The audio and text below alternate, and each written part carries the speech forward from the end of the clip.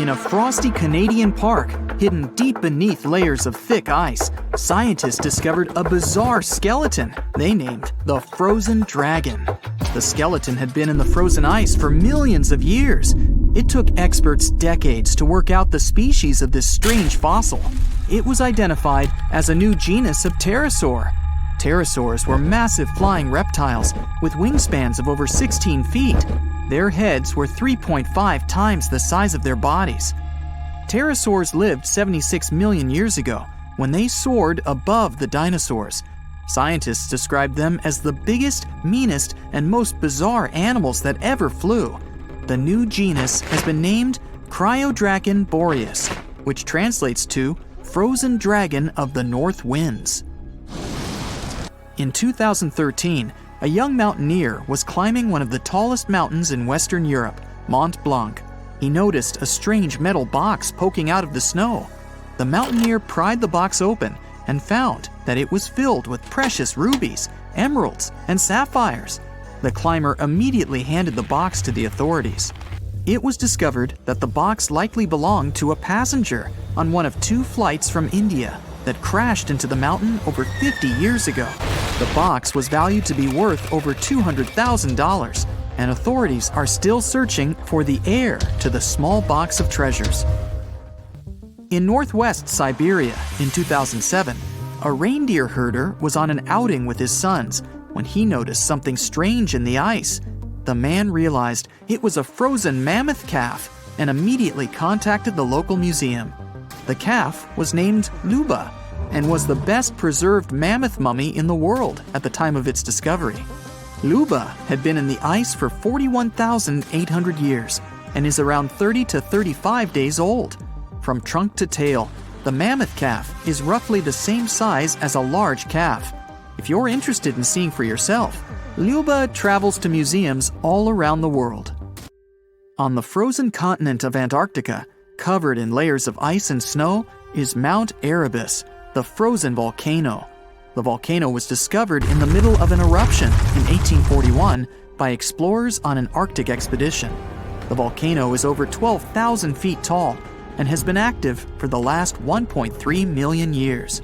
Deep within the middle of the volcano is a huge crater filled with large volumes of molten lava.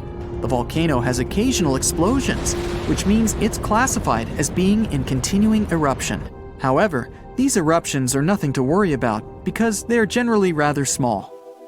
Back in 1991, 2 hikers were traveling across the Italian Alps when they stumbled across a body that they presumed to belong to a recently lost hiker. The duo trudged back down the mountain to report their unfortunate findings. Once the remains were recovered, it was clear that the body was not recent at all. Scientists determined that the Iceman was more than 5,000 years old and named him Otzi. The discovery was unlike anything scientists had ever before seen because the body was so well preserved. For years, Otzi was studied by scientists who discovered that our ancestors have a lot more in common with us than we ever knew before. Otzi was covered in ink body art. Research done on the contents of his stomach revealed that his last meal was dry cured meat, similar to the bacon we eat today. Otzi has at least 19 relatives living today, somewhere in Central Europe. Scientists were researching ancient squirrel burrows in Siberia when they came across something interesting. One of the squirrels had hidden away precious seeds deep beneath the ground. The seeds had been encased in ice for 32,000 years. The seeds were for the flower Silene stenophilia, which had long since gone extinct. Amazingly, scientists were able to recover plant tissue from inside the seeds and grow an entire crop of flowers. They've since reintroduced the previously extinct flower to natural habitats all across the world. In 1930, a team of Norwegian scientists sailed around the Arctic Ocean, conducting research on the seas and glaciers. They reached White Island, a dangerous and icy land no human had set foot on before, or so they thought. The scientists were shocked to discover the tip of a small boat sticking out of the snow. Frozen inside the boat, they found scientific equipment and various personal items, including a jacket monogrammed S.A. Andre. They had discovered the wreck of the famous André Arctic balloon expedition.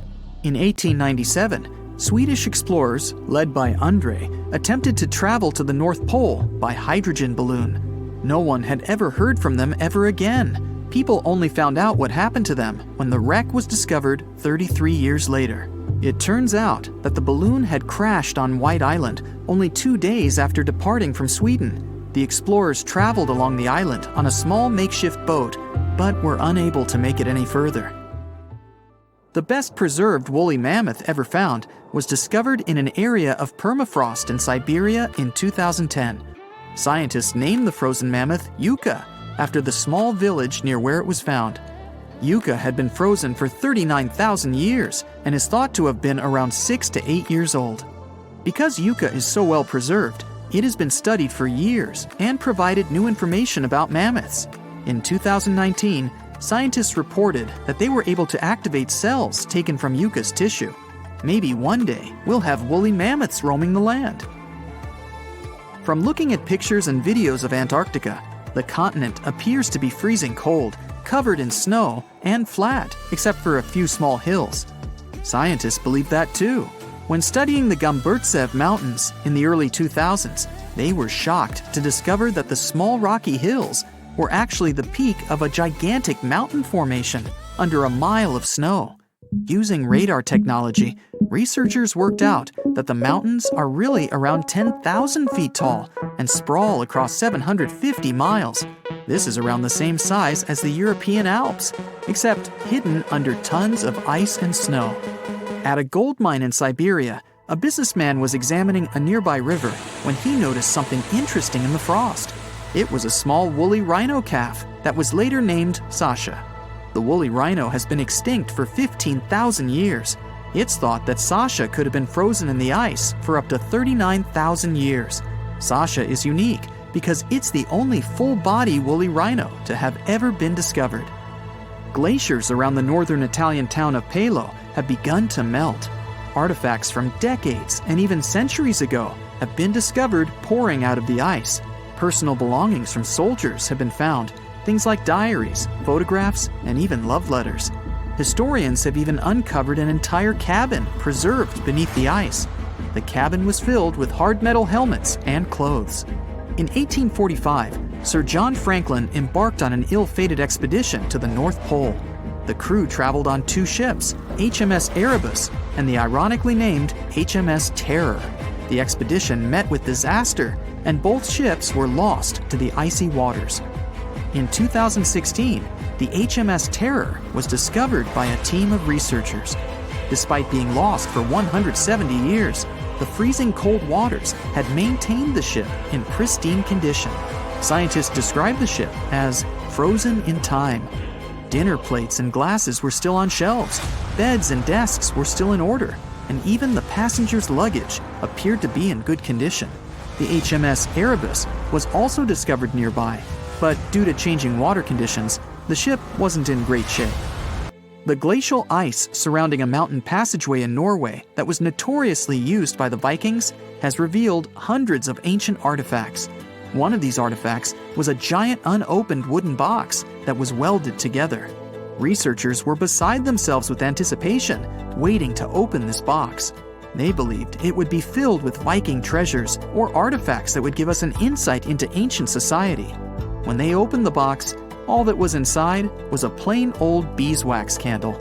It turns out that this box wasn't actually as old as they thought it was.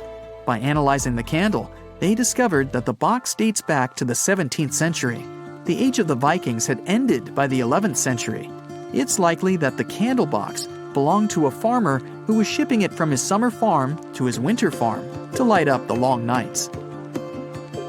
We're in Siberia. It's so cold here that freezing gusts of wind are burning your face.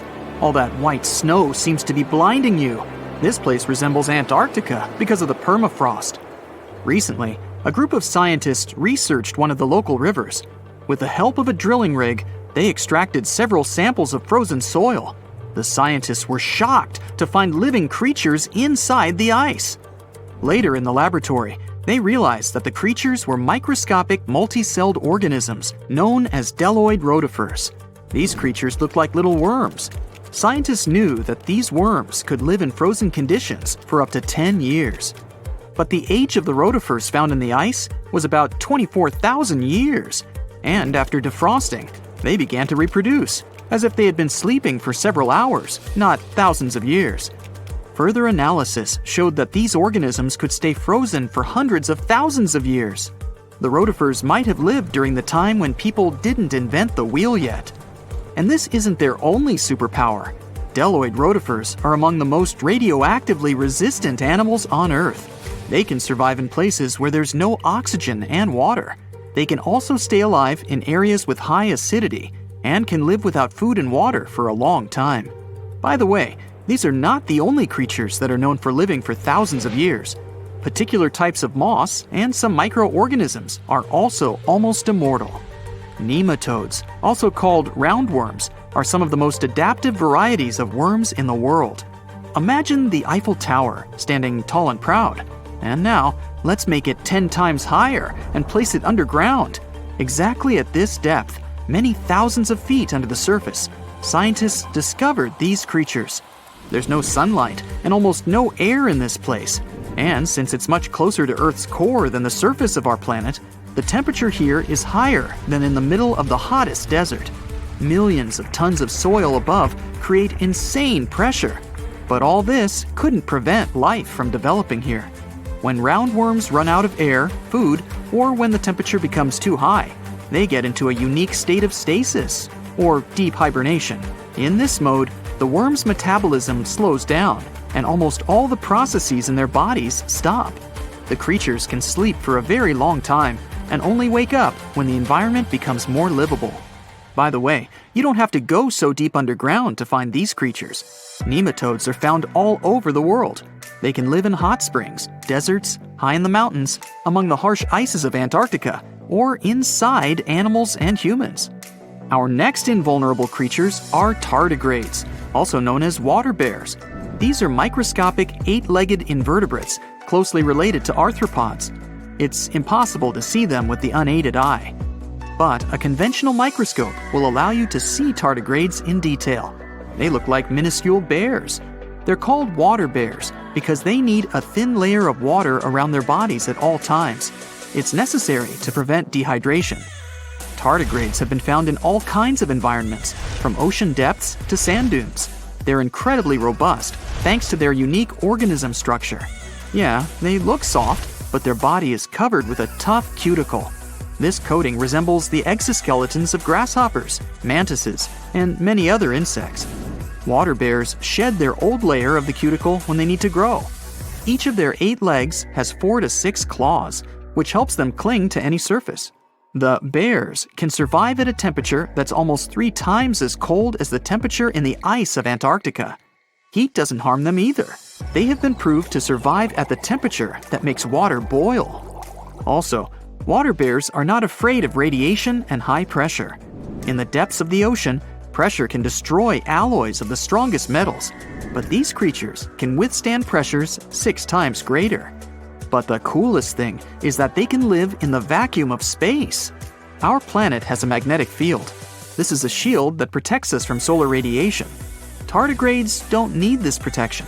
They can go into near-Earth orbit and come back unharmed, all thanks to a protein protecting their DNA from ionizing radiation. Like other immortal organisms, water bears can fall into a state of cryptobiosis. Tardigrades pull their head and legs inside their bodies and fall asleep. If the surrounding conditions suggest freezing, drying out, or experiencing a lack of oxygen, they will remain in this barrel form until the situation improves. So those are microscopic organisms and microbes that can only be seen through a microscope. But how about something bigger? Meet ironclad beetles. They live in the southwestern US and Mexico. These insects cannot survive high temperatures, live without oxygen, or in conditions of increased radiation. But their shells are so tough that they can only be pierced with a drill or hammer. Their durable exoskeletons are made of a special substance, chitin. It can also be found in the armor of crabs or shrimp. And still, The chitin of the ironclad beetle is so durable that it allows this creature to withstand the impact of a car moving at high speed. In times of danger, they can hide their whiskers and strong legs in special recesses in their shell. Other animals can't bite through the armor, so they spit the beetle out and leave to look for lunch somewhere else. As soon as the danger disappears, the bug stretches out its legs again and goes about its business. Also, the armor saves the beetles from dehydration, which is very useful in hot areas of Mexico and the southwestern US. Inside the exoskeleton, they can store moisture. In other words, these bugs can absorb water whenever they find it and transport this liquid inside themselves.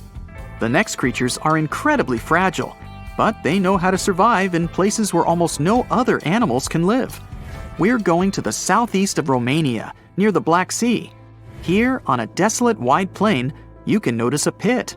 This is a mine leading deep underground. The air on the surface of our planet usually contains around 20% oxygen, but in the mine, it's only 10%. Inside the cave, the air also has an increased content of hydrogen sulfide and carbon dioxide. People can't breathe there without an oxygen tank. We can probably say that the water and air there are poisoned. Almost no animals would be able to survive here. Still, 48 species of living organisms have been found in this cave. 33 of them are newly discovered species. And they aren't the only microbes or bacteria that can't be seen without a microscope. Something bigger lives here. Strange white snails crawl over the walls of the mines. Transparent shrimp and a bunch of unknown kind of leeches swim in the water. White centipedes with huge whiskers and creepy white spiders run on the ground. And they all have been growing here for almost 5 million years. You might notice a water scorpion and another unidentified species of this animal. It doesn't look like its relatives living in hot sands or tropical forests. No living creature here looks ordinary at all. All animals are either white or transparent. They have no eyes, but are equipped with long paws and antennae whiskers that help them navigate in this dark space. The deeper you go into the cave, the less oxygen the air contains. But the number of living organisms is increasing. The air is filled with methane and carbon dioxide. All the inhabitants of this cave have never seen the light of the sun and have never gone out of the darkness. It seems impossible to survive in such conditions where plants don't produce oxygen. The answer to the question of their survival is hidden in a small lake. The surface of the water is covered with strange foam. If you look closely, you can see that this white substance is alive. It resembles soft, wet paper that is easy to tear. The thing is billions of living organisms, bacteria called autotrophs. There's much more carbon dioxide in the cave than there is outside, and these bacteria, like plants, absorb it. But they don't do this with the help of photosynthesis, which means they don't need sunlight. They use water for chemosynthesis. What these bacteria secrete is food for other bacteria, and these other bacteria are food for bigger creatures. A unique food cycle that you can't find anywhere else on the planet only exists here. Something exciting and kinda unexpected popped out among the rocks of the Ica Valley in Peru. The bones of a really old whale that lived almost 40 million years ago. At first, no one was really impressed because the bones they found were big and weirdly shaped, so people just thought they were looking at giant boulders. I mean, that's cool too, but things got way better when they realized those were the remains of a very large ancient animal that roamed along the coast of ancient Peru. Plus, it was probably the heaviest creature that ever lived. Sorry, blue whale, I know you worked hard to get to the top. The length of over 100 feet and weight of more than 200 tons brought you the status of the biggest animal on our planet. But it seems you've held the title long enough. Time to hand it over to our next candidate, and that one's really gigantic. This ocean beast was probably shorter than the blue whale, but heavier, with a weight that could be between 93 tons and 370 tons. If it's closer to the higher number, it'll make Prehistoric the biggest animal ever known to have lived on Earth. And it seems its weight was the result of having extremely thick, dense bones. You can see such bones today in manatees or some other early whales. dense bones are a great tool for such marine mammals. This feature makes them heavy and allows them to stay submerged most of the time. But at the same time, if their body was too heavy, they would end up sinking all the time, and they would waste too much energy to move back up to the surface. So, to avoid sinking, marine mammals need to have enough lighter tissues, like muscles and fat, to help them float in the water without using too much energy. Now, scientists didn't have the whole skeleton, which makes it hard to tell how big the animal was. But they used the ratio of the heavy bones to the lighter tissues in other marine mammals to estimate the overall weight of this giant ancient whale. Experts found these fossils about 13 years ago and spent the next decade freeing the whale from the rock. Its anatomy and age showed this whale was a cousin of Basilosaurus, a whale that had a long snout full of sharp teeth, and a sleek body similar to that of an eel. Even if Paracetus wasn't bigger than the blue whale, it was still a giant that ruled the ocean depths. Unlike modern whales, there's a possibility that this ancient fellow was a predator that liked to go after bigger prey. And this also changes how we see the history of whales. Scientists used to think these magnificent creatures became really big about 5 million years ago when they started eating lots of small creatures. But here's the proof that giant whales existed even before that. But it's still unclear how this whale managed to find enough food to sustain its enormous body. Plus, it's still hard to tell what exactly this ancient creature had on its menu. It was pretty large and not such a fast swimmer, so it's possible it searched for food in shallow waters. Then it probably ate crustaceans, clams, or some other small animals hiding in the sand. One theory says it was a scavenger, which basically means it munched on remains of everything that would come its way. It's not so unusual to find marine animals in deserts. Many of these regions used to be covered with water anyway. The Sahara in Africa is a perfect example. About 50 to 100 million years ago, this was not a dry desert, but a shallow saltwater body called the Trans-Saharan Seaway. The land is not wet there anymore, of course, but people who lived in that area knew about it because they used to find old shells across the desert. The sea was about 164 feet deep. That sounds enough for a nice swim. Some would say this area looked like modern Puerto Rico, with lots of sun and shallow water. Mangrove forests were a common thing as well as seafloors covered with mollusks, like snails and clams. The marine sediment that was left behind after the sea had dried up is full of different fossils. And the animal that lived in that ancient underwater world didn't look friendly. Plus, they were much bigger than their relatives from modern times, so a regular-sized human would end up as a snack, not even a whole meal. Normally, when animals live on small islands, they can become much bigger than their relatives from the mainland. This is something we call island gigantism, and it happens because there are more resources or fewer predators on islands. Maybe the same thing happened in the Trans-Saharan Seaway. Even though it wasn't an actual island, the water moved in and out, which created little pockets of water. And specific conditions in these pockets might have helped animals grow bigger. So we're talking about giant sea snakes, catfish, and fish that no longer exist today. One had incredibly strong jaws, and the animal used them to eat hard things and even crush shells. Their teeth showed they were fierce predators other animals had every reason to be afraid of. They went through some changes when it came to diet, similar to some types of piranhas. And the competition to get to the top of the food chain wasn't a joke. Not when there were also such large predators as sharks, crocodiles, and ancient relatives of elephants. Sahara went through different phases. If you could use a time machine and take a peek at Earth's largest hot desert as it was about 6,000 years ago, you wouldn't have to struggle with sand and heat. You'd have a nice walk through a green and pretty lush place. In the past, people who lived in that area didn't leave drawings on cave walls that showed camels, sand dunes, and scorpions. All those things you'd see in today's Sahara. Instead, they drew crocodiles, That's additional evidence that the Sahara used to have a lot of water and plants, enough to support these big yet scary animals. Around 3 billion years ago, Earth might have been mostly covered with water. Today, it's about 71% of its surface, but it seems that our planet used to be a giant ocean world with no continents at all, just some scattered islands. Scientists studied special rocks in Western Australia that formed in a place deep under the ocean called a hydrothermal vent system. To explain this better, it's important to mention two common oxygen types, O16 and O18. O18 is heavier because it has extra neutrons.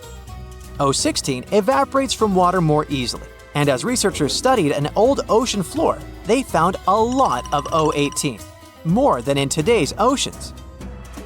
This way, they realized ancient Earth had less dry land than Earth today. Australia is a good spot to conduct these studies because a long time ago, it also used to be a beautiful place with large animals and lush rainforests. But as time went by, the land became drier and Australia had more deserts formed, such as the Great Victoria Desert. Rainforest remained only on the edges of the continent. What happens with deserts across the globe is called desertification. That's when land that used to be good for growing things turns into a desert or something similar. Our planet changes over time, together with its climate. But desertification also happens because of human activities, like mining, farming, and building cities. And when land turns into a desert, it's a problem because it can't support people and animals anymore. Food doesn't grow there. There's not enough clean water, and animals lose their homes. To help with this problem, there's a plan many countries agreed to. They decided to work with farmers to take care of the land, fix damaged areas, and manage water better. All in all, to make our planet a better place for life. You decided to go scuba diving for the first time. The water is clear and the sun is shining on the seabed. You take a few selfies and the fish swimming by when suddenly, the ocean goes pitch black. You look up and, oh my, what is that gigantic animal? It's definitely not a shark, not a whale. Is it a turtle? Yup, but fear not, it's not gonna hurt you. If you had lived on this same Earth about 72 million years ago, then maybe this could have really happened to you. Scientists have recently found the fossils of a gigantic marine turtle that could have grown as big as 12 feet. If you don't have any idea of how big that is, let's see some examples. That's the average length of a hippopotamus, 6 golden retrievers, or 2 Michael Jordans stacked on top of each other. The turtle's scientific name is an homage to that old-school sea monster called Leviathan. Maybe you remember this from old-school history lessons. The Leviathan is supposedly a mythical creature that would swallow entire ships or people that were deemed too greedy by the creature. Can you imagine being swallowed by this humongous sea turtle? No, thank you. The fossils of this gigantic creature began to be excavated between 2016 and 2021, all the way in northeastern Spain. The first fossil was located by a hiker in the Spanish Pyrenees, and it was around 8 inches long. The pelvis of this turtle alone measured around 35 inches. It would definitely be one of the biggest turtles today if it hadn't gone extinct. FYI, the largest living sea turtles today can reach up to 6 feet in length, which is already pretty big. Now, how about a gigantic prehistoric scorpion? I bet most people here are not huge fans of these creatures, especially since they're poisonous, which is why the thought of a 9-foot-long aquatic scorpion might be the stuff of nightmares. Let's just say that if they hadn't gone extinct some 400 million years ago, lakes and rivers would be much more dangerous places for humans today. These gigantic insects were considered to be apex predators in their time, hunting everything from fish to other animals, even of their own kind. Yikes! I got goosebumps just imagining these creatures.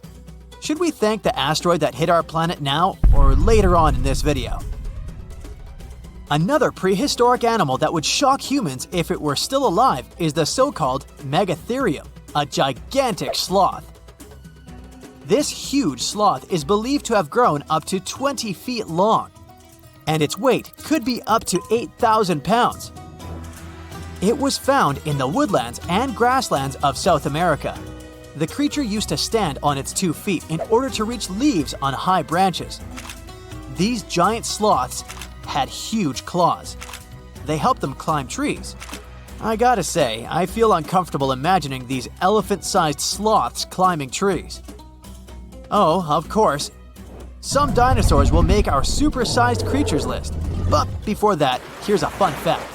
Did you know some dinosaurs are still alive today? Scientists have proven that birds are classified as theropod dinosaurs. Such infamous creatures as the T-Rex and Velociraptor belonged to this group. I'm sure you've heard these names even before you watched Jurassic Park.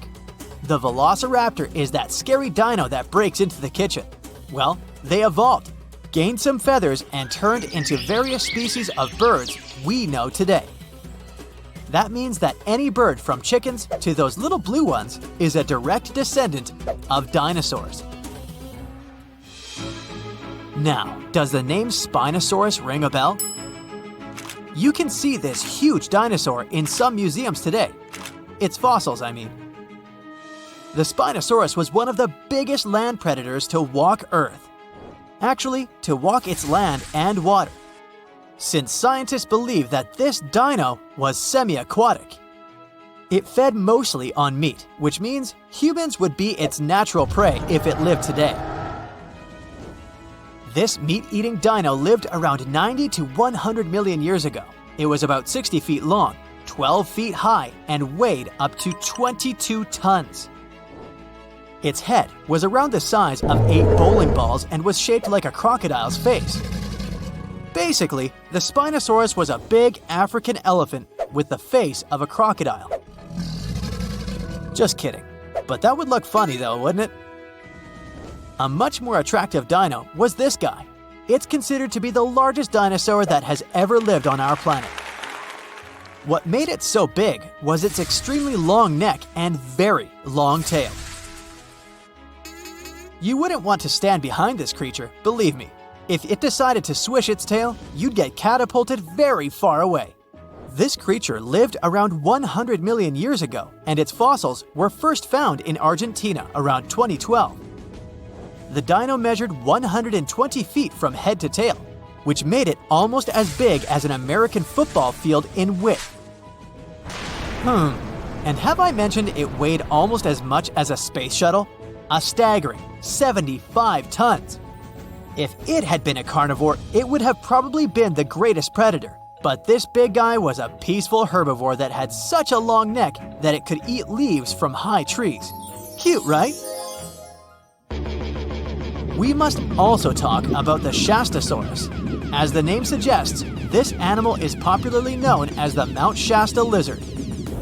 Even though it was a marine reptile and probably never set foot on the mountain itself, this dino was usually around 23 feet long, but there was a specific strand of this species that could get as big as 69 feet long, about the size of the great blue whale. This made it the biggest marine reptile to have ever lived. A fun fact about the Shastasaurus is that scientists believe it didn't even have teeth, which means it could only feed on soft-bodied prey, such as squid, for example. The next animal on our list is the blue whale. Believe it or not, the biggest living animal on Earth actually started small. These days, the average mature blue whale can reach up to 100 feet in length and weigh up to 200 tons. That's more or less the weight of 40 elephants put together, or 30 Tyrannosaurus rexes, or 2,670 average-sized people. Blue whales have to eat up to 50 million calories per day to support that body. That's the equivalent of 30,000 Big Macs, just FYI. But blue whales weren't always this big. They actually evolved from a four-legged mammal that lived on Earth around 48 million years ago. Their ancestor was called Pachycetus, and it was only 6 feet long. Here's a fun fact. To be able to live in the water as one does today, the blue whale had to go through some intense adaptations. A blue whale can replace up to 80 to 90% of oxygen in its lungs each time it takes a breath. A human replaces only up to 15% for comparison. It allows these animals to dive for up to 1 hour at a time, down to a staggering depth of 330 feet. Elephants were bound to make the list. Elephants are currently the largest land animals on Earth. They can grow to be about 13 feet tall and weigh up to 7 tons.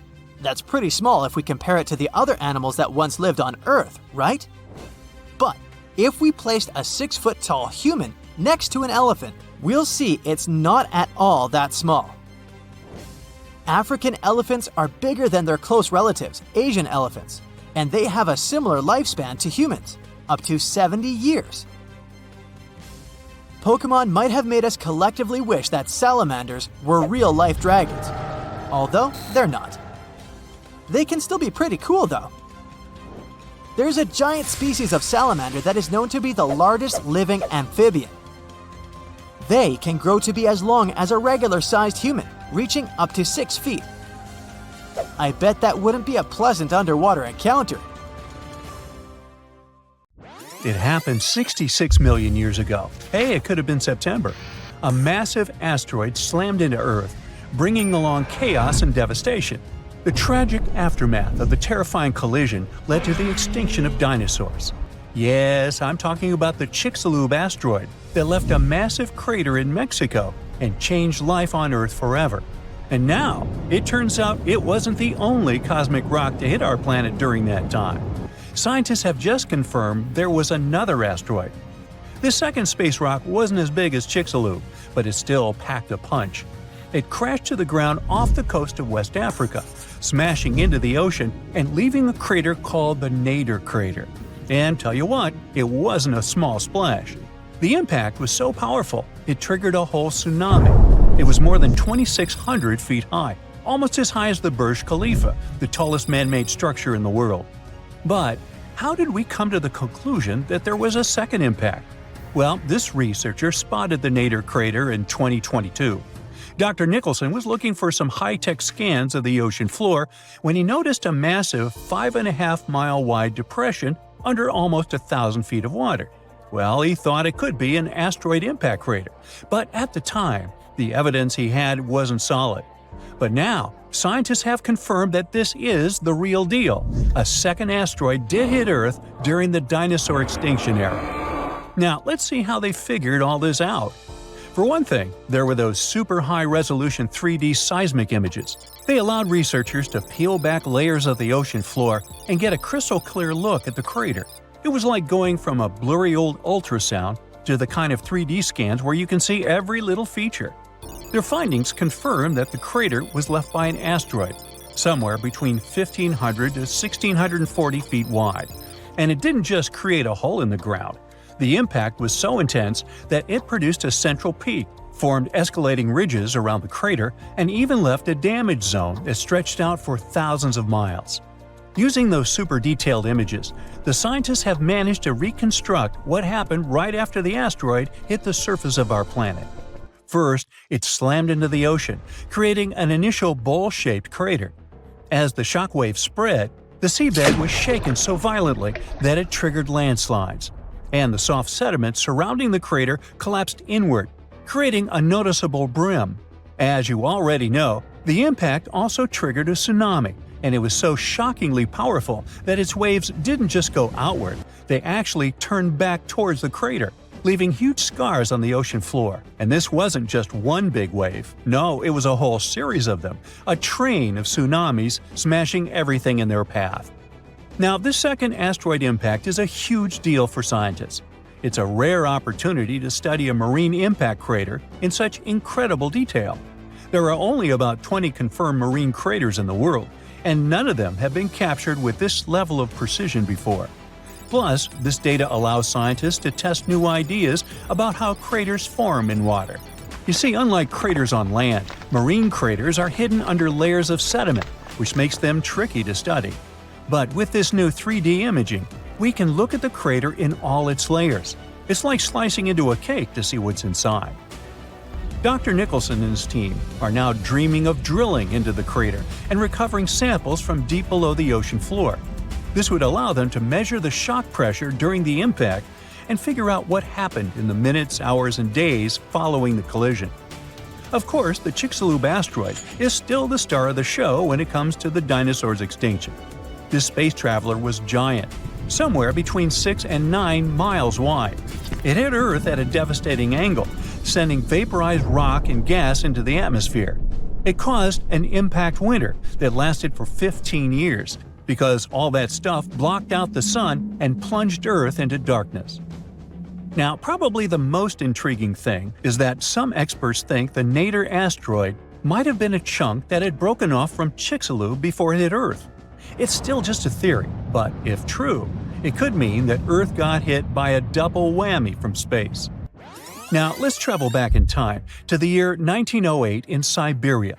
Look around. You see nothing but trees and rivers. And suddenly, a huge object, around 150 to 300 feet in diameter, dashes through the Earth's atmosphere. Is it a comet? An asteroid? Scientists aren't sure. What they do know for sure is that this intruder blew up in the sky over Tunguska, leading to one of the most powerful blasts in recorded history. It completely leveled the forest below, knocking out 80 million trees over an area of around 830 square miles. And that's an area larger than that of cities like Los Angeles or New York. The trees were literally flattened, and their trunks were stripped of branches. They were also arranged in a bizarre radial pattern around the epicenter. But what if this explosion had happened over a city? Every single building would have been destroyed, and countless lives would have been lost. Luckily, this disaster occurred in a super remote part of Siberia. The creepiest thing, though? When scientists finally reached the area years later, they found no impact crater. No wonder it led to even more mystery. The most logical explanation is that when the object went off in the sky, probably around 3 to 6 miles above the ground, it blew up before it could hit the ground. And still, it didn't stop the blast from leveling an entire forest. Fast forward to 2013 and another mind-blowing event. This time over a much more populated area, the city of Chelyabinsk. It was a regular February morning when an asteroid about 60 feet in diameter entered Earth's atmosphere, lighting up the sky. It was moving at a staggering speed of around 43,000 miles per hour.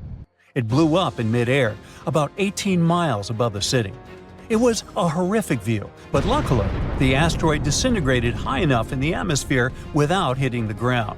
If it had touched down, the city would have been in big trouble, because even though there was no direct impact, the explosion still created a shockwave that tore through the atmosphere, hitting the ground with enough force to shatter windows all over the place. The blast damaged around 7,200 buildings, but fortunately, there were no direct fatalities. Still, it was a major wake-up call. This wasn't just some far-off cosmic event like Tunguska. This asteroid exploded over a modern populated area, and the damage was very real. The good news? Scientists are getting better at spotting such objects before they get too close. Space agencies around the world, like NASA, are tracking near-Earth objects to figure out which ones could pose a risk. But as we can see from these two events, sometimes space rocks can still sneak up on us. And while the chances of a major impact are low, the stakes are really high. At the moment, there's one asteroid that NASA's keeping an eye on. It's called Bennu, and it's about the same size as the Nader impactor. Bennu is considered one of the most hazardous objects in near-Earth orbit. According to NASA, there's a small chance it could hit the Earth between the years 2178 and 2290, and the biggest risk date is September 24, 2182. But don't freak out just yet. The odds of the impact are only 1 in 2,700. But still, it's a reminder that Earth is always in the cosmic firing line. There are entire communities of unusual tiny organisms that live in lagoons in Patagonia, and they are some of the first forms of life ever. No one had known about them until two scientists, Brian and Maria, went to explore certain areas in Patagonia. Now, Patagonia occupies nearly half of Argentina, and few people live there. Only some farmers and sheep ranchers that mostly stay near rivers and grow things such as apples, pears, and alfalfa. A long time ago, it was a wild and distant place where Indian tribes lived. But this time, we're going to follow the tracks of life forms that appeared long before humans and look closer at these interesting microorganisms Brian and Maria found. Those two had to drive for 9 hours on some rough roads to reach their destination. They stayed in a small village. Only 35 people live there. These people depend on just one spring because it almost never rains there. On the last night in the village, Brian realized that satellite images he had taken had shown a set of lagoons that were only 10 miles away. The next day, the small team jumped into a car and went up the road as far as they could until it became too difficult to drive. They continued hiking the rest of the way. It was hard because they had to carry water to deal with the intense sunlight. In some spots, they ended up sinking up to their knees in a slush made of salt. Up there were 12 lagoons with perfectly clear waters. The place itself didn't offer much except for very acidic and salty water and intense direct sunlight. But it was kind of like traveling back in time, because those conditions were like what Earth looked like many, many years ago.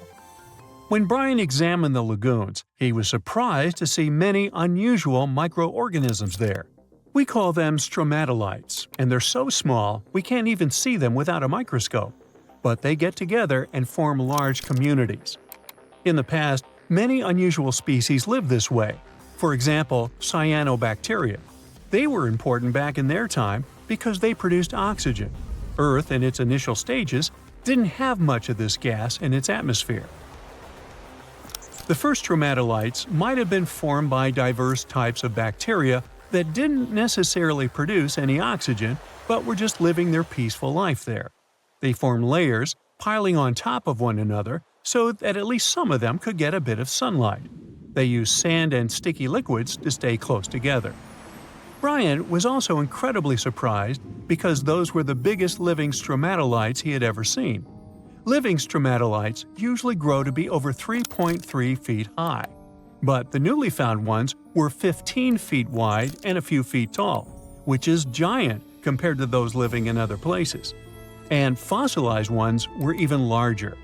A long time ago, they could grow bigger than today because there weren't many other species that could eat or harm them.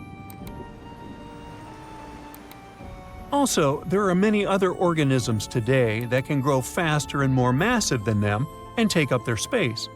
That's why stromatolites can only survive in rare places where hardly anything else can live, like in these very salty lagoons located high above sea level in Puerto de Atacama. The stromatolites found there are the most famous ones because they might be some of the best examples of the earliest life on our planet. But they're not actually the first form of life on Earth. The oldest of their fossils are 3.5 billion years old, while some other evidence we have tells us that life on our planet appeared around 4.1 billion years ago. Maybe some stromatolites lived back then as well. But Earth has changed a lot since then, and the places where they might have lived haven't survived. Now, all this may not seem like a lot at first glance, because no one has found an exotic and weird beast our world has never seen. But these are notable examples of what searching for life somewhere else in the universe might look like. Scientists who are interested in studying Mars often come to this place, since it might be similar to what the red planet looked like an exceptionally long time ago. If there were fossils hidden in the ancient rocks on Mars, they might look like these stromatolites. Another faraway land has revealed some of its secrets. It's Antarctica, with an ancient lost world found under its ice. Antarctica hasn't always been this frosty, isolated land of snow and ice sheets. Once it used to be part of the Gondwana supercontinent, together with what is now South America, Africa, Australia, the Arabian Peninsula, and the Indian subcontinent. But at some point, it split off and went to build a life on its own. It formed as other landmasses started to move away, which created its coastline. But Antarctica was different in many other ways back then too. It used to be a land covered in magnificent forests and rivers full of life. Scientists used radar and satellites to explore a mysterious world hidden under the ice there. This ancient land, which is close to the Indian Ocean, is as big as the U.S. state of Maryland or Belgium. It's more than 14 million years old. Some studies say that this area formed over 34 million years ago, which was way before Antarctica got into its deep freeze. At first, temperatures there were higher, possibly like the weather in Patagonia or the cold, temperate rainforests of Tasmania, New Zealand, or maybe even more tropical than that. But as the climate became cooler, small glaciers started forming on hills close to the rivers. Valleys sunk deeper because of all that ice covering them. And then, temperatures dropped even lower, and a giant layer of ice covered the entire continent, hiding those old glaciers. Rivers shaped this lost world a long time ago, way before it ended up covered in ice that's almost 2 miles thick in some spots. Scientific studies of this area showed that those landscapes had been full of highlands and mountains. The ice that formed over Antarctica made the whole area very cold, so the landscape couldn't erode anymore. This means everything has remained basically the same and untouched under the ice for millions and millions of years. What's interesting is that we know less about this land hidden under the ice than about the surface of Mars. One way to explore it would be to drill through these ice sheets to check for samples of sediments below. They could tell us more about the ancient flora and fauna frozen underneath. It's not a new method. A similar method was used to collect 2-million-year-old samples in Greenland. Australia has a secret world too. Ancient organisms were found hidden in rocks in the northern parts of the continent that are about 1.6 billion years old. These microscopic things are part of a family called eukaryotes. The members of this family that exist today include plants, fungi, animals, and even those tiny organisms with just one cell, such as amoeba. All living things with nuclei in their cells, including us, can trace their family tree back to one of the oldest members of this family. That one is called the last eukaryotic common ancestor, and it lived more than 1.2 billion years ago. Those ancient organisms were more complex and bigger than bacteria. Maybe they were the first predators on Earth, hunting bacteria. You are lost deep within the jungle in the Yucatan Peninsula in Mexico. There are strange noises all around you, and to make it worse, the sun is setting. Soon, you'll be alone in the middle of an unknown rainforest. Guess it was a pretty bad idea to come looking for El Dorado on your own, wasn't it? You keep walking as fast as you can, when suddenly, wait! What's this you're seeing? It looks like large stairways made out of stone. This definitely doesn't look natural, so you take a picture. Maybe you didn't strike gold, but you might have just found something relevant. Congratulations! You found Akamtun, a long-lost Mayan city, hidden 37 miles into the jungle. The name literally translates to stone column. Stone was probably in at the time, so these guys used a lot of it to build their pyramids, houses, and even ball courts. If you ever thought that Europeans invented ball games, think twice. Mayans loved to play ball games for recreational purposes. Akamtun is part of a series of other long-lost Mayan cities that are being discovered with the help of new technology nowadays. We'll talk more about the other ones in a jiffy. Perhaps the biggest surprise of this one is that it was surrounded by wetlands, which is why the city was built on high ground. The city was monumental, covering an area of over 120 acres. That would be as big as 90 football fields right next to each other. Scientists have found proof that Akamtun had pyramids of up to 49 feet high, and that it was likely an important social hub between 250 and 1000 CE. This is definitely a game changer. But lost Mayan cities began to be unearthed in the 19th century.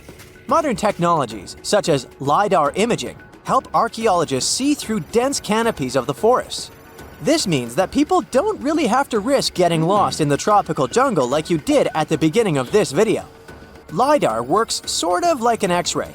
It sends out laser beams that can detect any signs of ruins or ancient constructions. According to space archaeologist Sarah Parchak, satellite imagery has been a key player in discovering ancient cities in South America, Egypt, and other places. Sarah herself spends most of her days scouring images for any signs of where there could have been cities long ago. She says that more often than not, what happens is that ruins are covered by vegetation, soil, or sand, which makes them super tricky to find. But thanks to these awesome tools, scientists also made the huge discovery of ancient Mayan causeways, which spread throughout old Mayan territories. I mean, take a look at these roadways. You'd expect to see ruins like this in places such as Portugal, England, or the United States. I'm talking about 130 feet wide roads painted white to help travelers journey through the nighttime. Scientists recently unearthed a 110-mile network of roads such as these, and they think this dates back to before the first registered Mayan highways we've known so far. These roadways, which sometimes ran over the swampy ground and were even elevated at times, are being called the world's first superhighways. Even if there is no registry of animal-powered vehicles, it's believed that the Maya used them to travel around a network of possible 964 settlements. They were built like a huge spiderweb, and from what archaeologists have gathered, this huge system of roads worked to connect a big system of economic and social interactions between Mayan cities. This completely debunks the traditional idea that the Mayan pre-classic period, which dates back to 2000 BCE, was made of small, tribal settlements. Imagine the manpower and engineering ability you need to muster to build something close to these white highways. Scientists believe that these causeways were built pretty much the same way as the Mayans built their pyramids, with a mixture of mud and quarry stone. Oh, and using several layers of limestone to make them white. That's pretty cool, right? But let's take a few steps back for a moment to get some context. The Mayans were one of the biggest pre-Columbian civilizations living in the Americas. Until now, experts believe that at its apex, the Mayan civilization consisted of over 40 cities with a population of millions of people. That's a lot of folks. Their civilization spanned Mexico's Yucatan Peninsula, Guatemala, and Belize. And they survived mainly on agriculture. The thing is, the Yucatan Peninsula was an extremely difficult place to grow crops. So the Mayans had to develop a complex irrigation system in most of their cities. They built a series of ceremonial buildings, pyramids, and plazas. The Mayans might have been keen pyramid builders, but they also developed an advanced astronomical system. With whatever ancient technology they had, they were able to predict the exact location of planets such as Venus and Mars, as well as the exact dates of eclipses. If you've ever seen examples of ancient Mayan cities, this is Tikal. Located at the heart of the Guatemalan jungle, Tikal is believed to have been the capital of the ancient Mayan conquest state. At its height, it was comparable in importance to cities such as London or New York in today's world. It's composed of a series of complex monuments. The North Acropolis is one of Tikal's most ancient complexes of monuments. Built solely by human hands around 350 BCE, it served as the resting place of kings and chiefs. Its monuments are up to 200 feet high. Back in the day, the step pyramid temples were painted a beautiful red. Mayans loved that color. Today, of course, you'll only see the limestone. Then there's Chichen Itza. It's got one of the best preserved pyramids on Earth to date. Located in Mexico's Yucatan state, this Mayan city is well over 1,500 years old. At its peak, it was home to 35,000 people. The site covers 4 square miles of land. The highlight is El Castillo, a tremendous step-like temple standing 80 feet above ground. Its most peculiar feature is that it has 91 steps up each of its 4 sides, including the upper platform, which makes for 365 steps, the same number of days as the solar year. You can see that these folks were a pretty big deal, huh? That's why nobody can really understand what happened to them. There's a big lack of evidence on the decline of this almighty empire. What could have been the cause of their demise? Was it a drought? New research in 2017 did bring some new discoveries into the mix. Using data from a site at Ceibal, located at southwest of Tikal, scientists analyzed radiocarbon data from ceramics and archaeological excavations to extract new information about the unexpected demise of this great civilization. The information shows that instead of a sudden collapse, the Mayans most likely fell in waves of social instability and political crises. These events are believed to have deteriorated Mayan city centers and began causing the dispersion of the Mayan population. It's hard to pinpoint the exact causes, though. But hey, recent discoveries are shedding a big light on humanity's past. Not only about the Mayan Empire, but about other long-lost civilizations of South America. A major recent discovery in Brazil was done using satellite imaging technology and is also shocking scientists. Some images from near the Xingu River, also in the Amazon, suggest that cities of millions of people might have existed inside the jungle, way before our modern civilization ever existed. I mean, if this doesn't shock you, I don't know what will. Satellite imagery also detected a network of trenches dating back to 200 and 1200 CE in the Bolivian Amazon forest. These proofs suggest settlements that could have supported around 60,000 people right in the middle of the Amazon forest. When researchers from the University of Florida went on ground to check the satellite information, they were shocked to find several mounds that were accompanied by ditches and geoglyphs.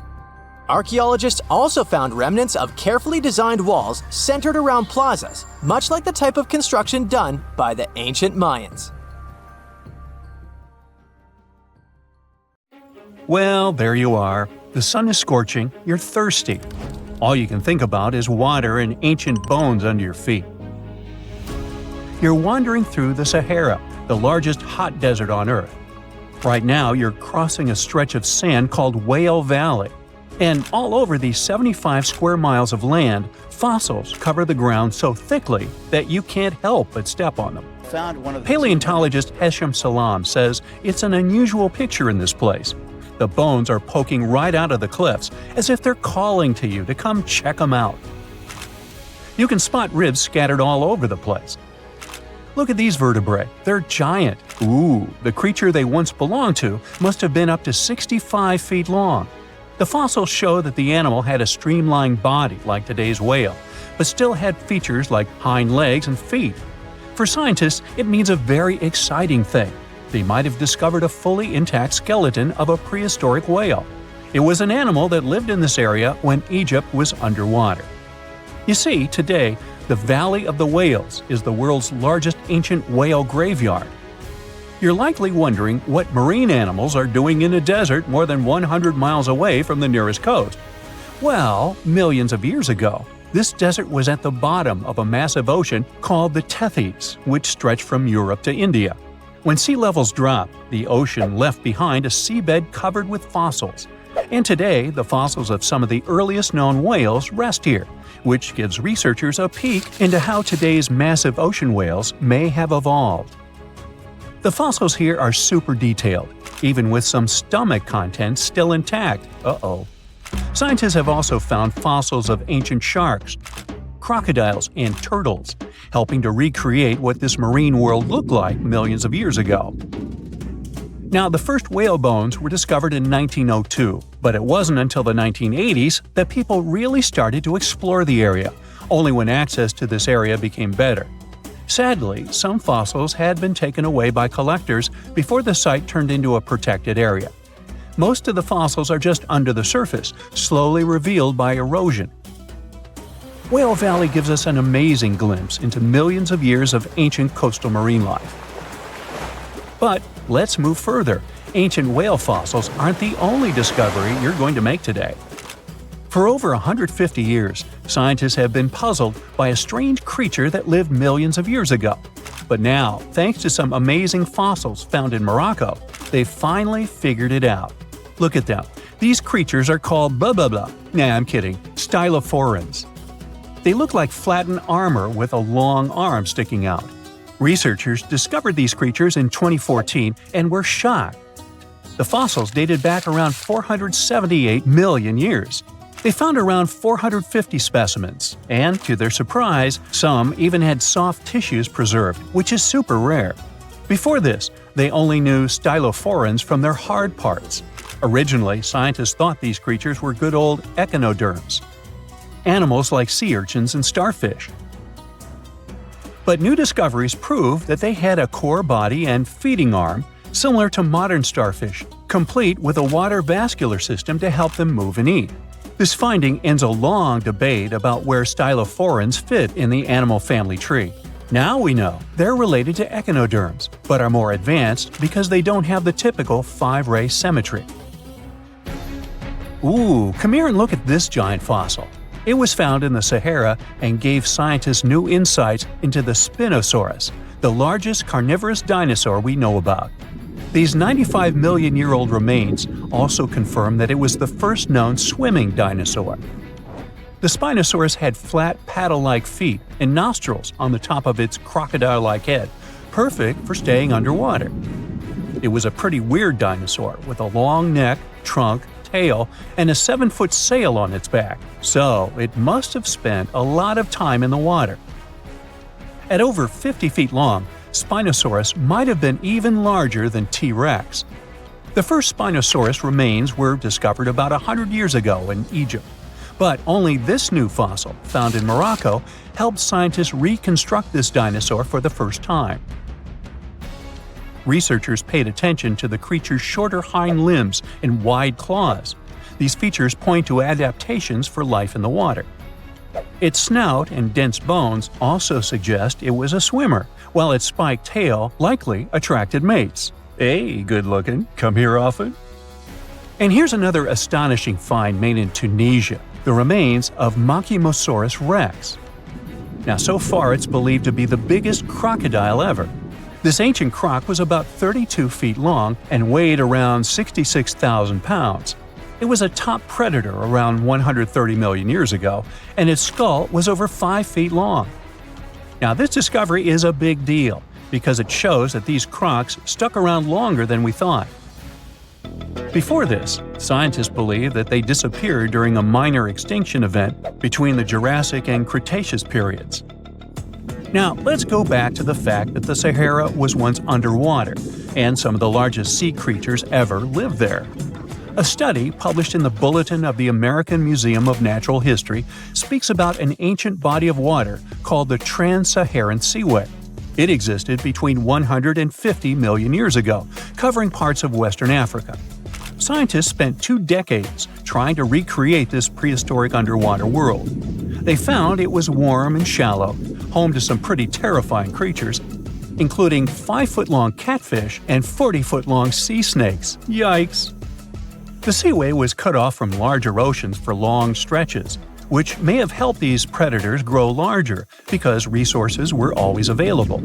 It's a classic case of evolution at work, leading to what scientists call gigantism in isolated environments. But all that water didn't just disappear with no trace. Under the sands of the Sahara, scientists have discovered a massive ancient lake, which they're calling a mega-lake. Makes sense? This lake formed around 250,000 years ago when the Nile River flooded the eastern Sahara.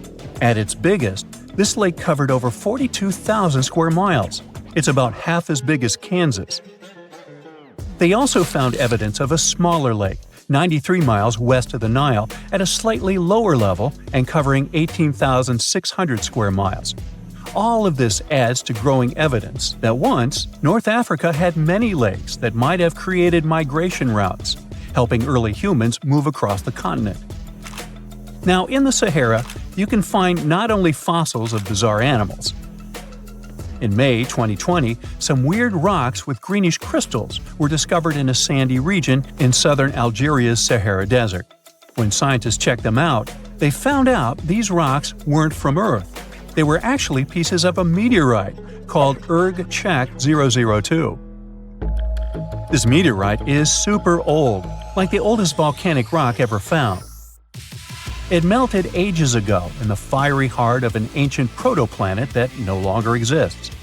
Researchers had recently published a study in Nature Communications, revealing that they have analyzed lead and uranium isotopes in Erg-Chak-002 and found out it's more than 4.5 billion years old. Another cool discovery made in the Sahara is quite unexpected. A few years ago, scientists found what they think are the world's oldest colors, and they're bright pink. These pigments were uncovered from rocks that are around 1.1 billion years old in the Sahara Desert. The colors came from microscopic organisms, as animals didn't exist back then. The discovery was made by a PhD student who crushed the ancient rocks and analyzed the pigments. These pink pigments are actually ancient chlorophyll from photosynthetic organisms that lived in an ocean that's long gone. Researchers are now sure that this finding could help explain why larger, complex creatures showed up much later in Earth's history. Before these colors were discovered, scientists didn't know what was missing in the food chain that delayed the evolution of larger animals. Now they understand that tiny cyanobacteria were at the bottom of that chain. Apparently, this discovery is not just about finding some old pink stuff. Scientists believe it's a breakthrough in understanding the history of life on Earth. Recently, scientists made an astonishing discovery that might solve Stonehenge's mystery. They found something hidden deep within the DNA of Stonehenge's sarsen rocks, the huge monolithic ones, and it might reveal why our Neolithic ancestors designed and built this thing in the first place. Over the years, scientists have been scratching their heads trying to figure out where the huge sarsen rocks came from. For years, they believed they came from a quarry just 15 miles away from the site, known as Marlborough Downs. At this site, they found similar minerals to the ones that make up the sarsen rocks. But it turned out there was more to this story than they thought. The understanding of how Stonehenge was built is always changing. Scientists need to really travel back in time to uncover its mysteries. Where did the rocks come from? How were they carried? Why was the site built? You see, the Stonehenge site, located at Salisbury Plain in England, is made up of two main types of stone. There are the super heavy sarsens and the lighter and smaller bluestones. The sarsens each weigh about 25 tons. That's as much as 3 African elephants stacked together. The heaviest sarsen stone, called the heel stone, weighs 30 tons all by itself. Together, the sarsens make that iconic outer ring circle. Inside that circle, that's where you'll find the bluestones. The naming might seem a bit misleading since they're not really blue. They have a bluish tinge to them when they are freshly broken, hence the name. These smaller rocks probably came from the Preseli Hills in southwest Wales, which is about 150 miles away from Stonehenge. They're a bit lighter than the sarsens, but still pretty heavy. The altar stone, which is classified as a bluestone, is the heaviest one, weighing around 6 tons. Its original location still isn't known for sure. To figure out where a rock came from, scientists first have to study their composition. This is like checking the rock's DNA. Then they cross-reference the structure of the rock with minerals in the soil to see if it's a match. Most of the sarsens we see around southern England are actually made of a type of sandstone known as silcrete. Think of silcrete as sand that's been hardened by underground water processes over millions of years. This process mostly happened during a period called the Paleogene, about 65 to 23 million years ago. These sarsen rocks didn't form in one big slab, but in patches, like nature leaving little rock gardens all over the place. Scientists reason the sarsens spread out randomly, forming in isolated pockets. Over time, many were buried under layers of clay and chalk, which helped preserve them. When ancient builders were on the lookout for materials, these sarsens must have looked perfect for something impressive like Stonehenge. Actually, sarsens have been used in everything, from Roman villas to medieval churches, and even in things like road curbs and old field walls. One could say these rocks were the it material for ancient builders, and continue to be popular even into more modern times.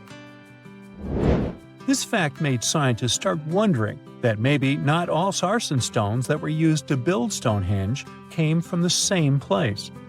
They've identified sarsen sites all over the UK, in places such as Oxfordshire and Kent. After hundreds of years of studying the sarsens, geologists finally had the right type of technology to determine the origin of the stones. Now, I wish I could tell you that it was some undisclosed location very far away from the site. But, as it turned out, the sarsens were originally from Westwoods, the forest near Stonehenge.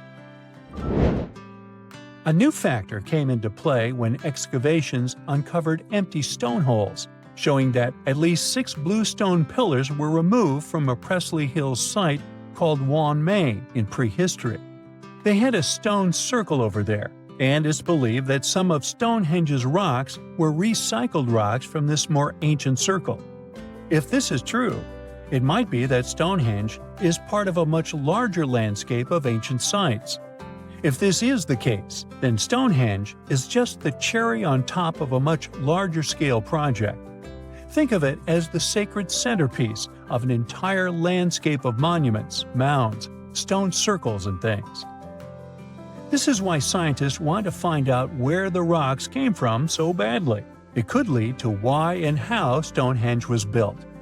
Now, Stonehenge didn't just pop up overnight. It was built in several stages over hundreds of years. It's likely that it wasn't a single unified vision, but more like a big community project that evolved over time. With each generation, the builders brought in their own ideas, creating a stone structure that would last for ages.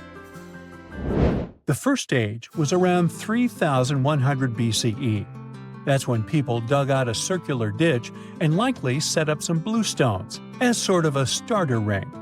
Later, they added the sarsens and even topped some of them with horizontal stones to form those famous arches you see today, also known as the trilithons. These ancient builders had some challenges on their hands. How would they move the rocks?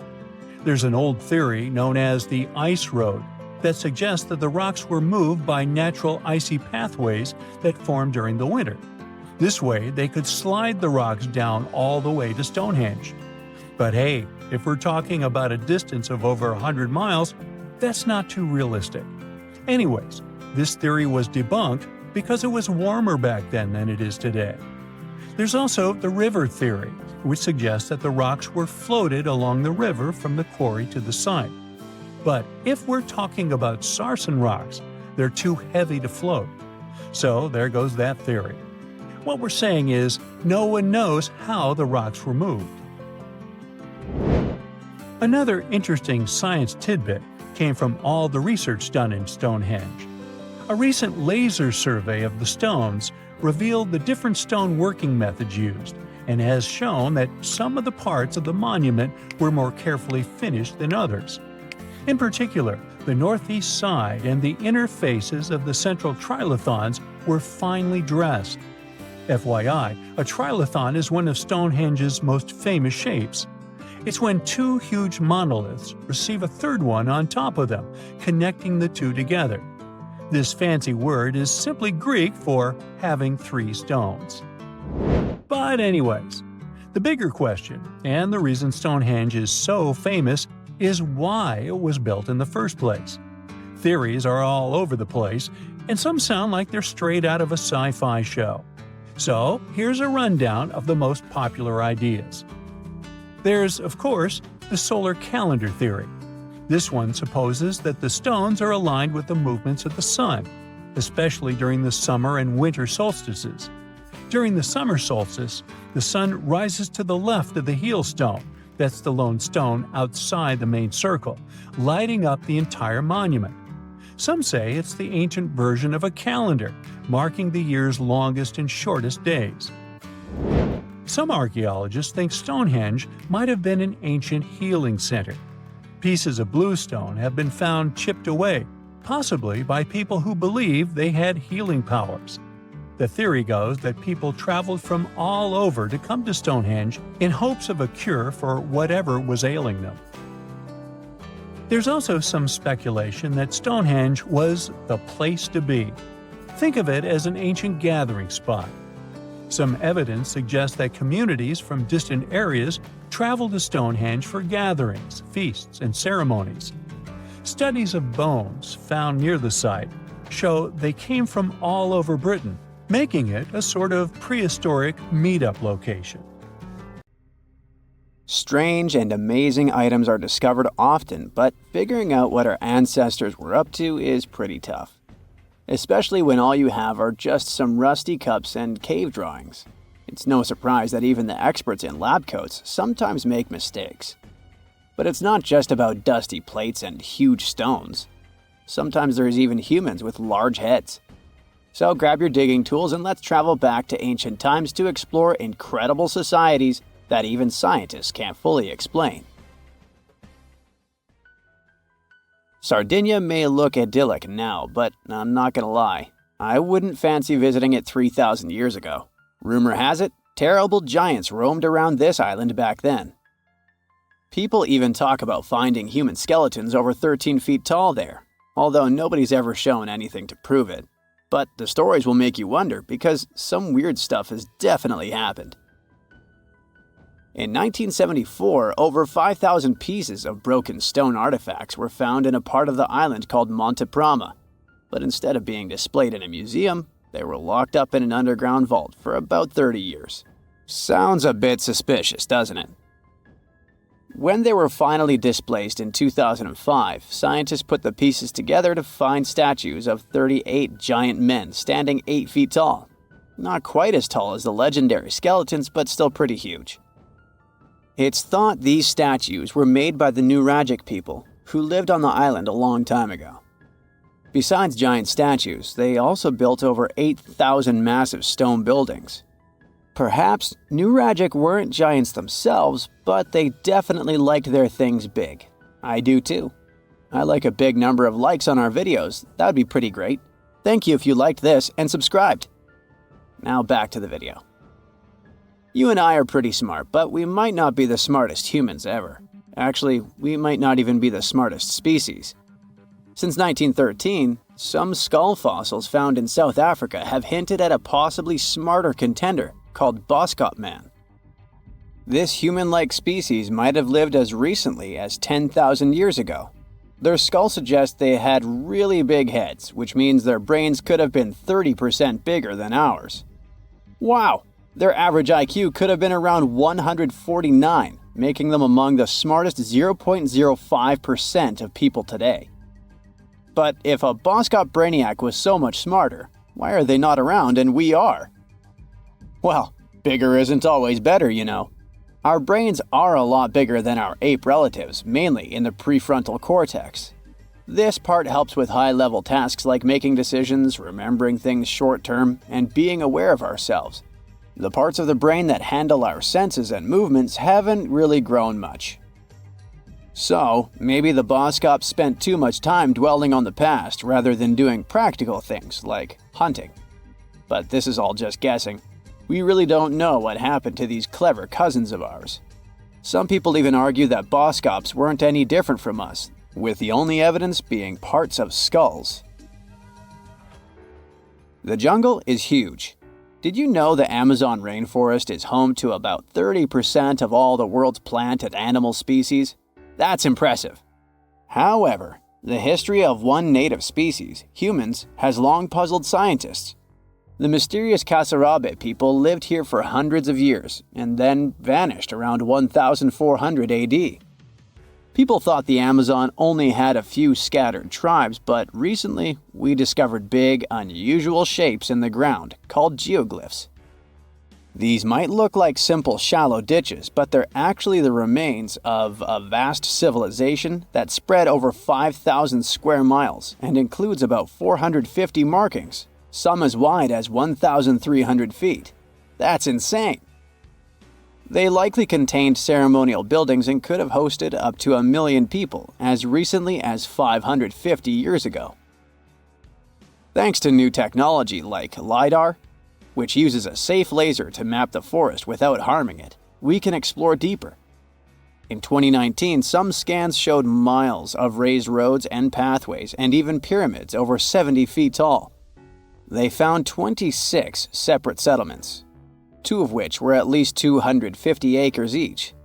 Damn, that's like 330 soccer fields. It's not certain what happened to the Kasarabi people. Maybe European conquistadors drove them out. Maybe the most baffling ancient civilization is one we've never actually found a trace of. Yep, I'm talking about Atlantis, the grand city that supposedly sank into the ocean.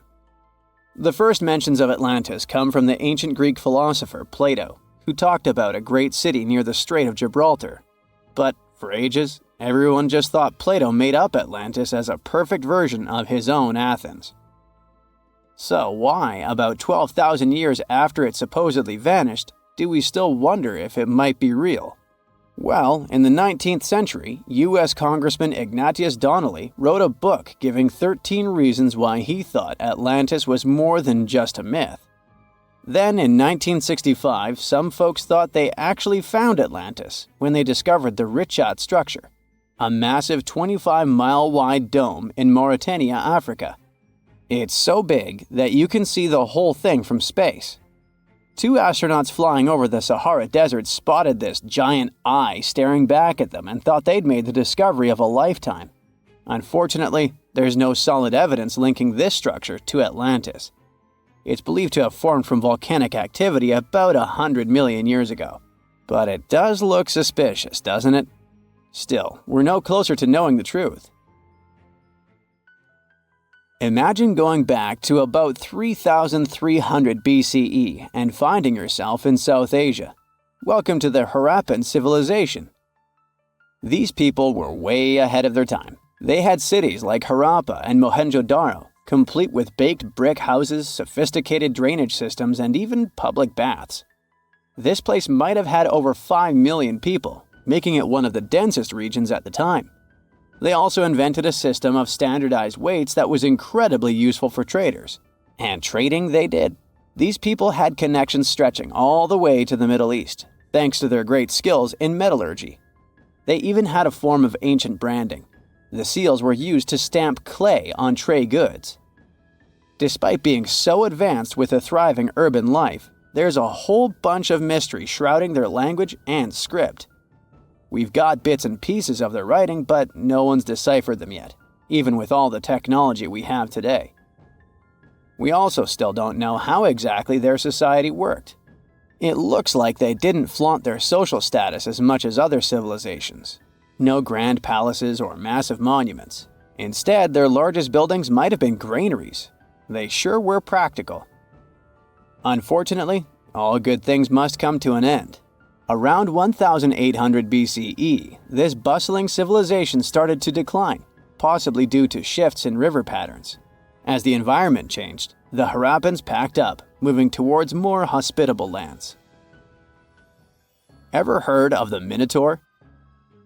The beast with a bull's head and a man's body, hunting the bravest travelers in a massive maze.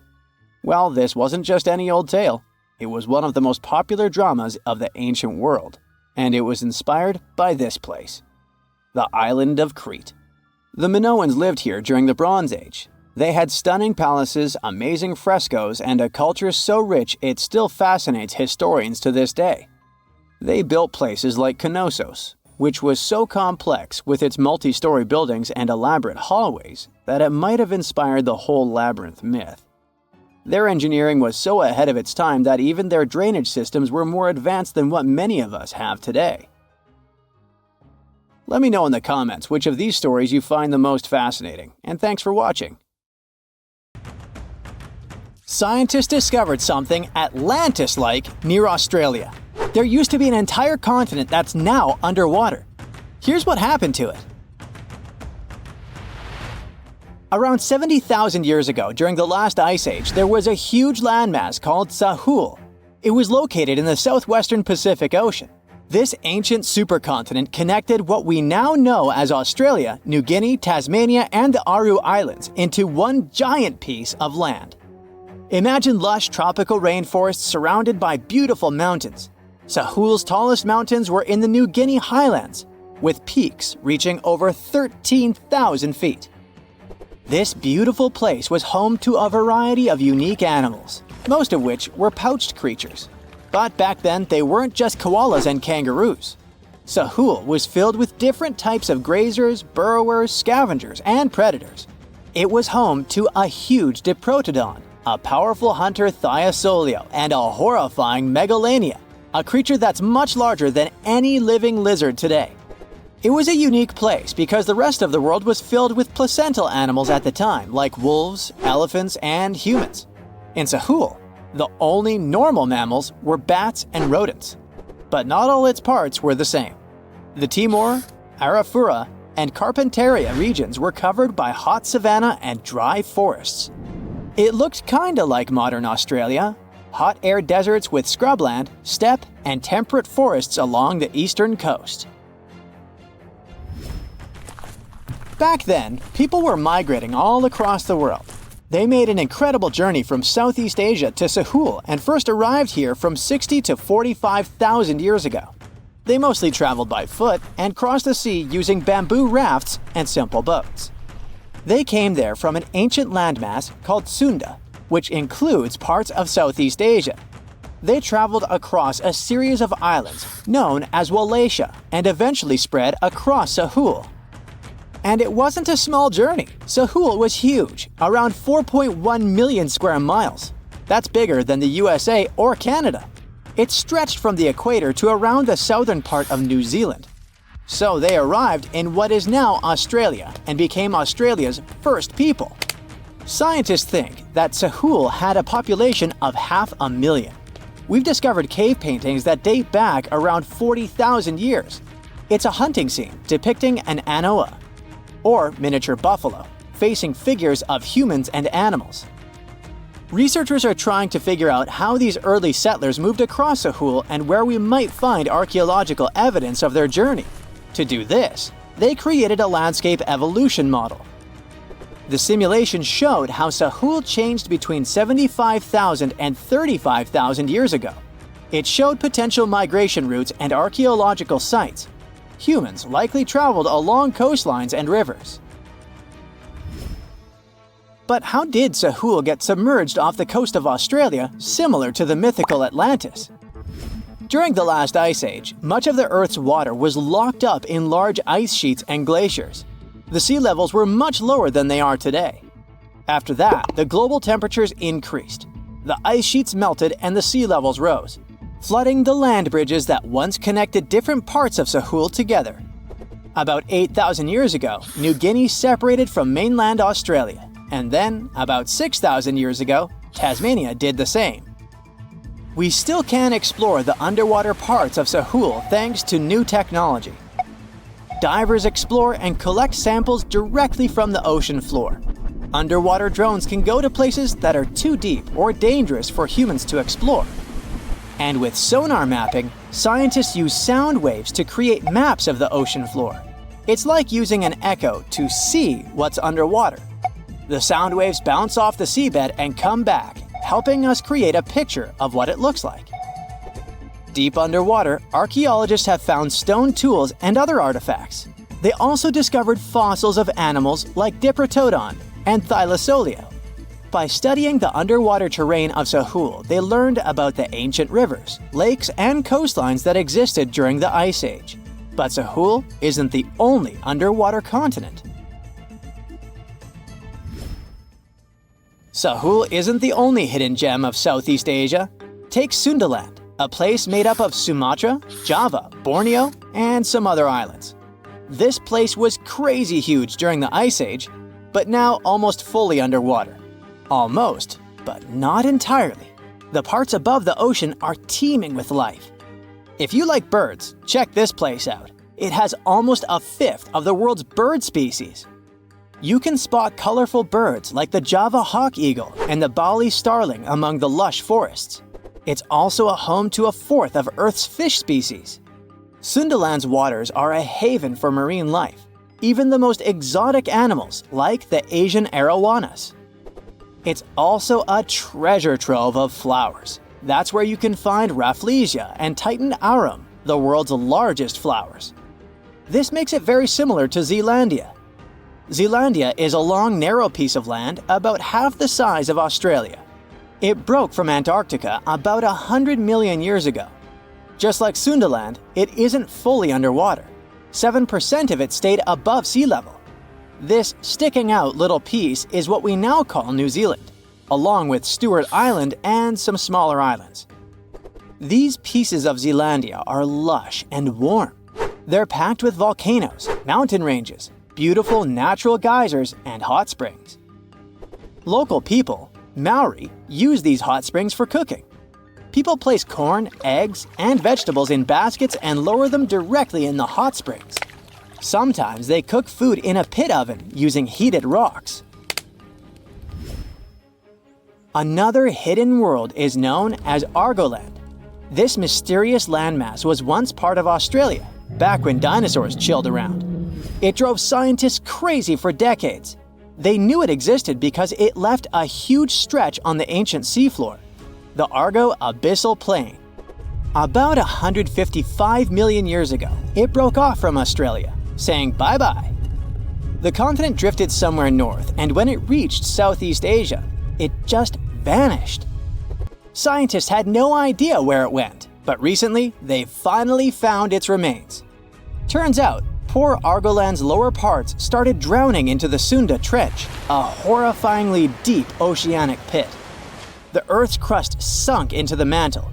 Meanwhile, the upper parts of Argoland were pushed upward, grabbing the younger rocks on land. Because of this, Argoland broke apart into a bunch of smaller pieces.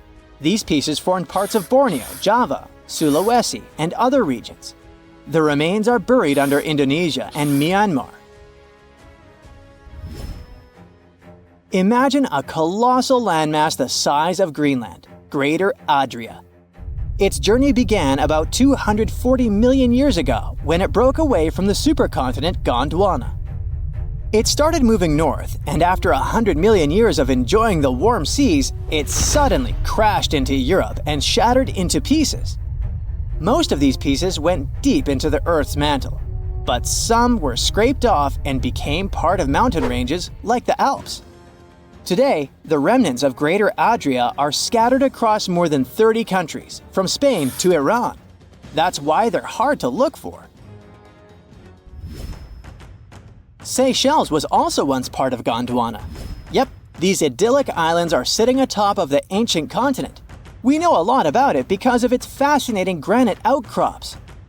100 years ago, Alfred Wegener discovered continental drift, but no one believed him. These granite outcrops helped him prove that he's not crazy and that tectonic plates really are moving. The Seychelles broke off from India and Madagascar and eventually became a sad loner in the Indian Ocean. This probably happened because of some insanely active volcanoes in the Deccan Traps. But now, the islands are home to unique species both on land and in the coral reefs nearby.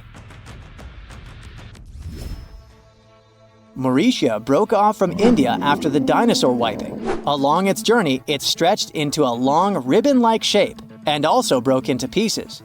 Now it's all scattered beneath the Indian Ocean. Scientists stumbled upon this lost land by studying tiny ancient crystals called zircons. These zircons are like time capsules. They date back an astonishing 660 million to 2 billion years. That's even older than Mauritius itself. These ancient crystals hinted that there's another Atlantis somewhere nearby. Turns out there are hidden continents all around the world, and maybe we'll discover more of them in the future. Hey, how do you feel about taking a trip back in time? We're diving into the history of the Amazon forest to unravel the mystery of its lost cities. Grab your bug spray and hop on. The Amazon forest is the world's largest rainforest. The environment there can be extremely challenging for human life. Yet, the legend goes that the Amazon has been home to sprawling settlements rich in unmeasurable wealth. Could that really be true? Or is that none other than a figment of our collective imagination? The legend of El Dorado might be the myth that started this whole thing. As European explorers began their excavations in American lands back in the 1500s, word got out of an Amazonian civilization that used to paint their leader in gold as an offering to higher powers. The legend of El Hombre Dorado, aka the Golden Man, began to quickly spread around Europe. Explorers got excited at the possibility of finding an infinite amount of gold somewhere deep within the Latin American jungle. And as you can imagine, expeditions to the continent began to multiply with each passing year. It didn't take long before explorers found this civilization. They were known as the Muisca people and were located in Colombia, near Lake Gudavia. The Muisca people had a tradition of painting their leader, aka the Zipa, from head to toe in gold. In a ceremonial gesture, the Zipa would swim into the river, spreading gold dust all over the lake.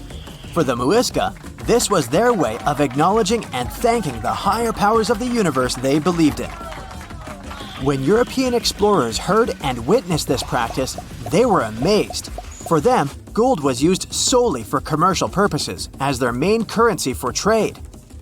This made them think that the Muisca people must have stacks and stacks of gold hidden somewhere in the jungle for them to use it so abundantly.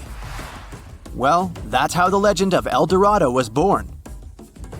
What was once the practice of El Hombre Dorado traveled on word of mouth until it became El Dorado, a fictional city that was most likely to hide piles of gold. The hunt for this city led Europeans to spend large amounts of money to scour the Amazon forest. Unfortunately, all of their expeditions came back empty-handed. That is, if they ever came back at all. Now, jump to the beginning of the 1900s. In England, the Royal Geographic Society, a prestigious British institution, was looking for somebody willing to travel down to Latin America to trace the border between Brazil and Bolivia. More specifically, the part of the border that is nestled deep within the Amazon rainforest. One Sir Percy Fawcett was a Latin American aficionado, and he gladly volunteered to do the job. Oh, it's important to note that the Amazon forest is virtually the size of the continental USA. It sprawls across 8 countries, including Brazil, Peru, and Bolivia. And trust me, getting around is no easy feat. The jungle is covered in dense vegetation, and in addition to that, it's home to insane predators such as anaconda snakes, panthers, crocodiles, piranhas, and so on. But despite all that, Fawcett was very successful in his mapping adventure and seemed to be wanting to come back more. Back in England, Fawcett would scour diaries from other explorers hoping to learn more about the ancient Amazonian civilizations. He would read about the Incas and the Mayans and the great empires they built. He believed that if the Incas were capable of building empires that stretched over 2 million square miles, this could mean that other Amazonian civilizations could have thrived there too. During his research, Fawcett came across a report from a 16th century explorer. The report told of a city deep within the Amazon forest that held unimaginable quantities of minerals, a town that stretched for 15 miles without any space from a house to house. This report fueled Fawcett's imagination to a new extreme. From then on, he became obsessed with finding what he called the lost city of Z. Over years, Fawcett searched the Amazon forest, usually looking for stone ruins that could possibly indicate human settlements. On his later expeditions, he focused on exploring the state of Mato Grosso in central Brazil. He would travel from Europe and into the lower region of the Xingu River. The trip to the Xingu would take him around 14 days on foot. Then, he would set sail in small wooden boats accompanied by local indigenous leaders that knew the region better than anyone. How he communicated with the indigenous population is still a mystery, since they only spoke in local dialects. Some scientists believe that this could have been the real reason why he never found the city. They believed he wasn't able to communicate what exactly he was looking for. And this was not his greatest difficulty. As we've said before, Amazon is not a kind place for its visitors.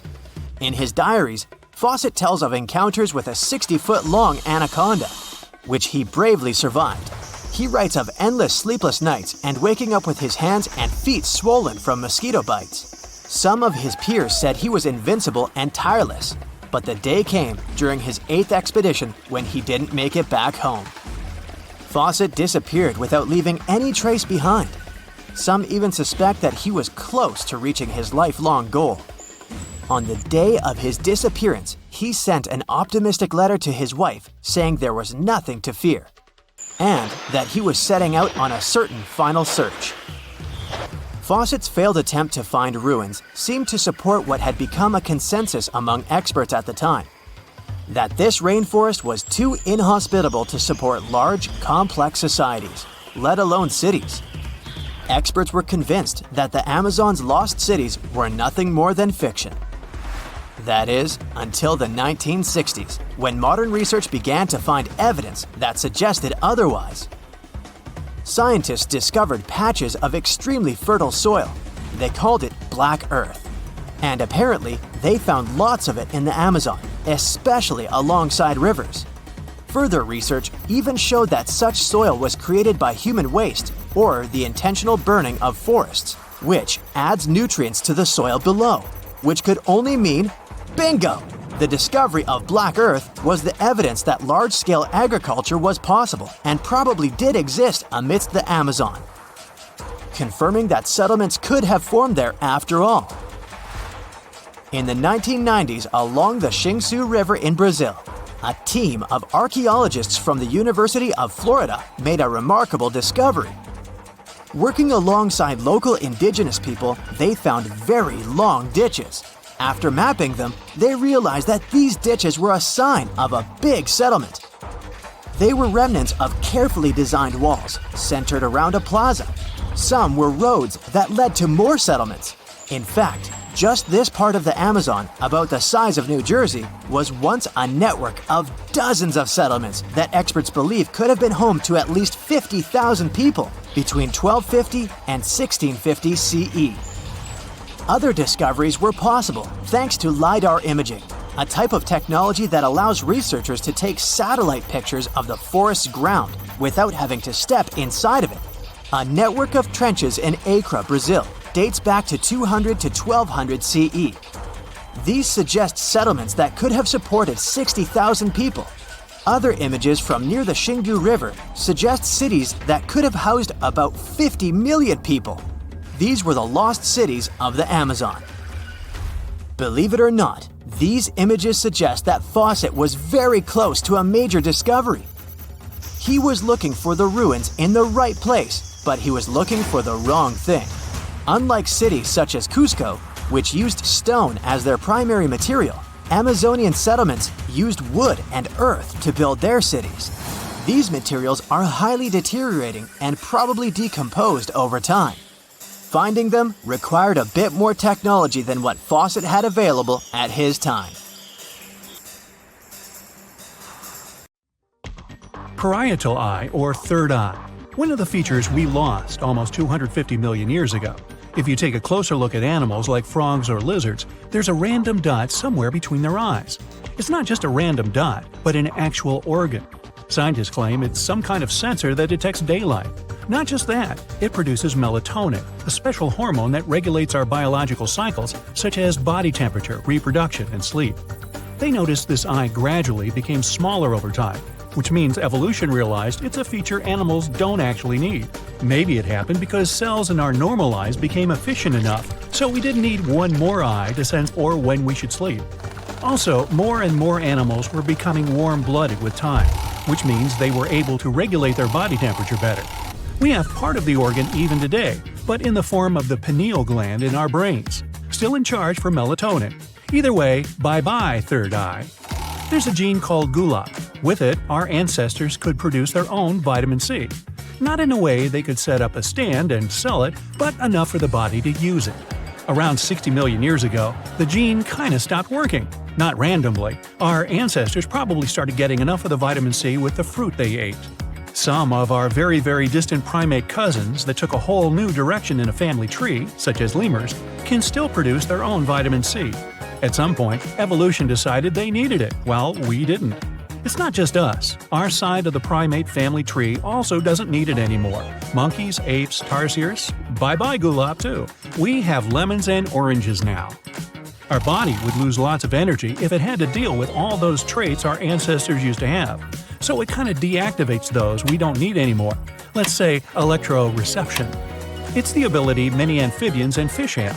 For example, the electric eel uses this feature to detect prey when water is murky, communicate, or as a navigation system. Humans and our land cousins lost this feature because electric current can't flow through the air that easily. Then, there's this thing called Jacobson's organ. It's found inside the nose and has a purpose to sense pheromones and odors. A snake flicks its tongue. Cats and horses make those weird faces. They all use Jacobson's organ. We also have it, but it doesn't quite seem to work. It doesn't send or receive signals from our brain, and scientists think we lost the ability to use it over 20 million years ago. As human habits and the way of life changed over time, we needed bigger brains. Scientists have skull remains of our ancestors from different periods, so they've realized our brain got way bigger over the last 3 million years. We needed to think of ways to deal with climate changes, big predators chasing us, finding some new, nice food. Yup, the brain grew for a reason. Food had a huge impact on our evolution. For instance, animals that only eat meat lost their sweet taste receptors because, well, they gave up on dessert, so didn't need those kinds of genes. Humans are omnivores, so we've always had a well-rounded set of receptors that could recognize taste pretty good. These taste receptors came in handy because they could tell our ancestors which foods were good for them and which ones were toxic. Some bitter taste receptors stopped working through time, since humans have changed their eating habits. For instance, we learned to use fire for cooking, so many plants were less toxic for our bodies. We became sophisticated when it came to preparing food, and also learned how to share information we discovered by communicating and using language, like in cookbooks. We didn't need all the taste receptors anymore, so our body decided to shut them down and leave those that would come in handy in the future of our species. Whew! Luckily, we didn't lose our sense for nice chocolate. Our jaws have also changed. Our ancestral relatives had way bigger jaws, but since we started eating softer and cooked foods as well as using our brains more, the structure of our head needed some changes. Teeth became smaller too, plus we lost some. Many people never developed third molars, we also call wisdom teeth. They grew between the ages of 18 and 25. We can do without them, but for our ancestors, they were pretty much vital. By this age, their teeth had already become worn out, so third molars were possibly a replacement they needed. We may wonder why exactly we have body and head hair, but scientists wonder why we don't have more of it. Hair on our scalps is long, a bit shorter in some areas, and we don't have hair on the undersides of the wrists, palms, and the soles of our feet. One of the popular theories about human ancestors says that when moving from cool, shady forests to the hot, dry savanna, they got a new way of regulating their body temperature.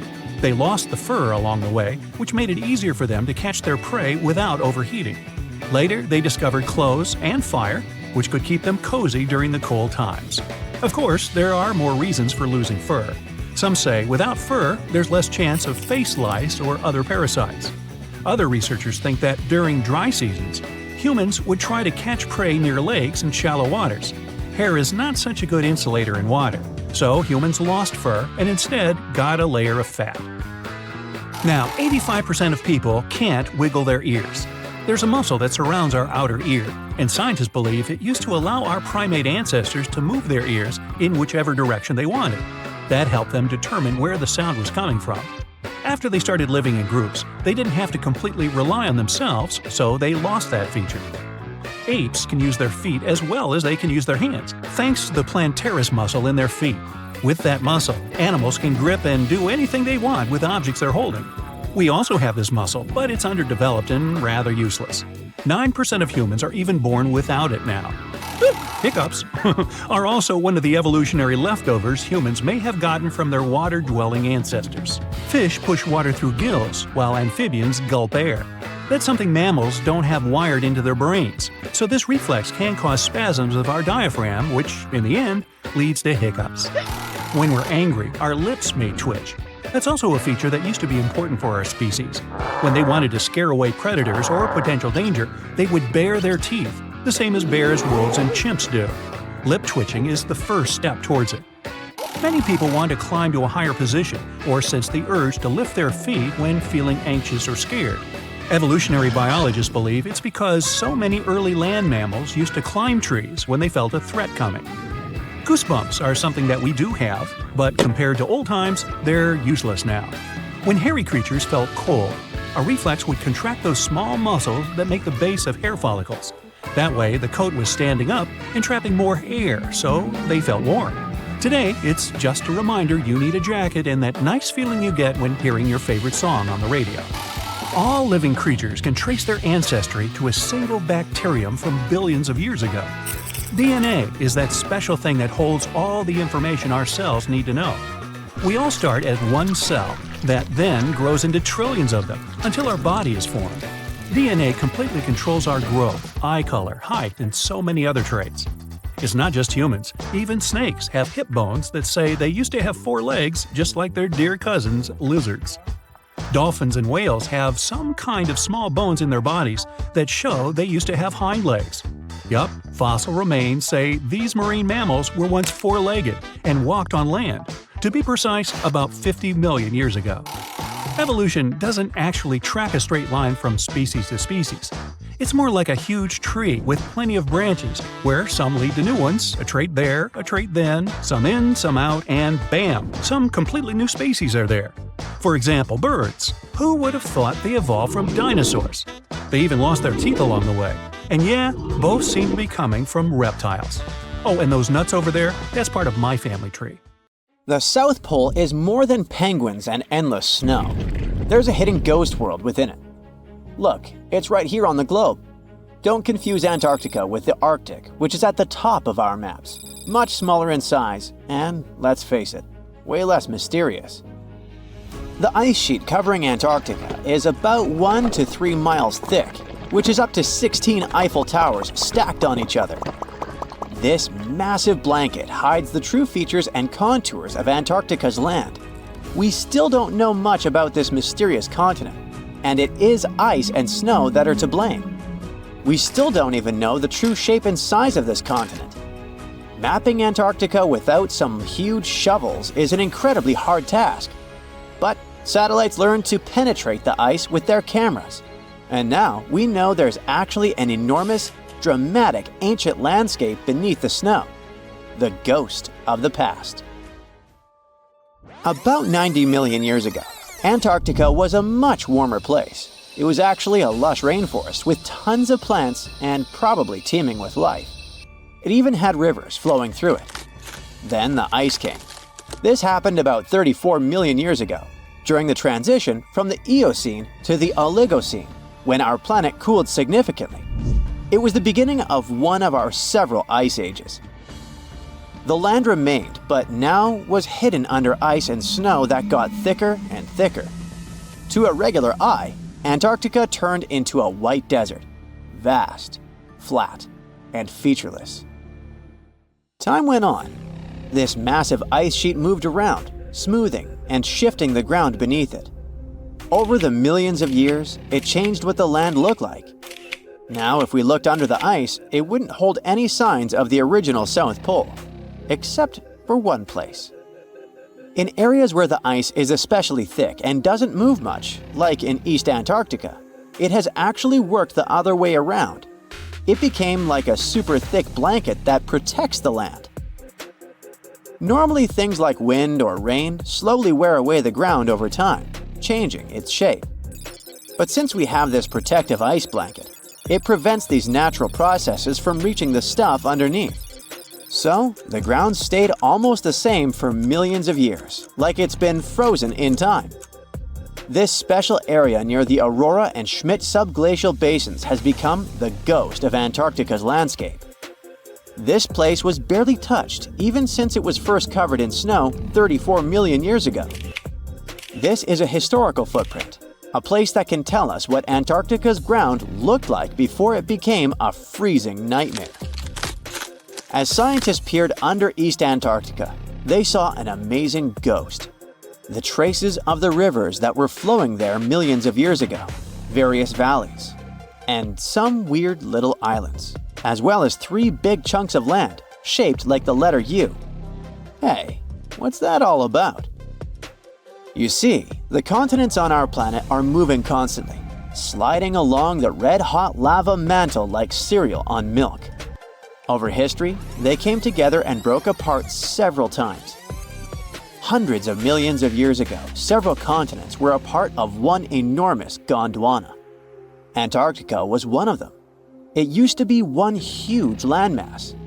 But when Gondwana broke apart, the poor continent got stretched by tectonic forces. Parts of land were pulled away from each other. Whoosh!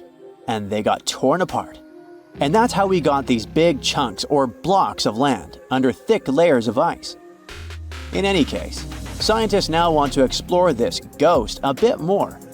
But to study it deeply, they need to actually drill down through the ice, like using a straw to get to the bottom of a thick shake. This will help them pick up some rocks and dirt from way below to learn more about the Earth's history and climate. Antarctica is the 5th largest continent in the world, approximately bigger than the entirety of Europe or Australia, competing with the entire South America in size. Aside from East Antarctica, we discussed there are several more regions: Antarctica Peninsula, South Pole, West Antarctica, and the Ross Sea. The continent is basically a frozen sandbox, and all its hidden, mysterious landscape is actually less explored than Mars's terrain.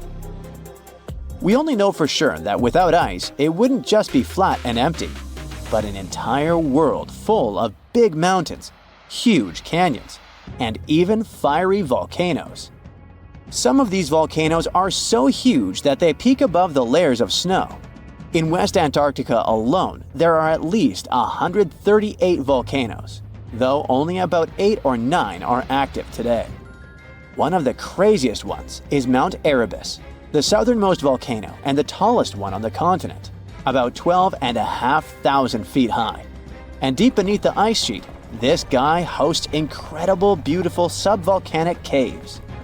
The temperatures there are warm enough for t-shirts. The Antarctic Peninsula, or Lesser Antarctica, looks like a bunch of mountainous islands deeply underground. It has newer volcanic rocks that are part of the Pacific Ring of Fire, which is like a giant circle of volcanoes and earthquake zones around the Pacific Ocean. The Greater Antarctica is a huge part, almost as big as Australia. It consists of East Antarctica and the South Pole. Beneath the ice, it's a place of rocks that have been around for a very, very long time, including the special zone we mentioned. You probably know that Antarctica is nearly devoid of humans. No wonder, with a mean temperature of about -46 degrees Fahrenheit. But even though this place is horrifyingly cold and deserted, life still clings on. You guessed it, in the underworld. In 2017, scientists found DNA traces of algae, moss, and even possibly unknown small animals in the deep caves. That means that even in such crazy conditions, there are still unique ecosystems thriving in little isolated warm pockets beneath the snow. There was another incredible find beneath Antarctica's Ross Ice Shelf, a lively ecosystem vibing within an underground river. Scientists have long suspected that Antarctica's underworld should have some freshwater lakes and rivers. One day, a satellite spotted a groove there. They decided to explore it and used a hot water drill to melt their way through the ice. As they reached the underworld, they dropped a camera into one of those hidden fresh rivers. And at first, they thought they'd find just some rocks or something. But instead, they stumbled upon hundreds of amphipods, tiny shrimp-like creatures. Little ones instantly swarmed around the lens. Shrimps blocked the camera and scientists couldn't check out what they wanted to. Pretty funny, but at least that means that there really is an important ecosystem deep within Antarctica. Now, they're gonna explore it. And all this is just the beginning of the mysterious underworld. Antarctica's snow also hides the deepest canyon on Earth under the Denman Glacier. Well, Mariana Trench is still the deepest point on Earth, but it's a part of the oceanic crust, geologically speaking. Also, in 1958, explorers found a huge mountain range under the ice, as big and tall as the famous Alps Mountains. The range stretched for about 745 miles with peaks as high as 1.7 miles. And all this magnificence is buried under tons of ice. Who knows what else we might find there? Antarctica holds about 60% of our entire planet's freshwater, which means it would be pretty bad if it melted. For example, there's this doomsday glacier, officially known as Thwaites Glacier. It's a huge ice formation, about the size of Florida, and it's melting right now. Every year, the sea levels rise by 4% because of it. If this guy melts away completely, the sea levels all around the world will increase by 2 feet, which might not sound like a lot, but it would be catastrophic for coastal areas. Luckily, researchers have found that even if its ice shelf were to collapse in the next 50 years, the glacier itself wouldn't retreat as quickly as they feared. It's still losing ice rapidly, but it would be quite a slow process.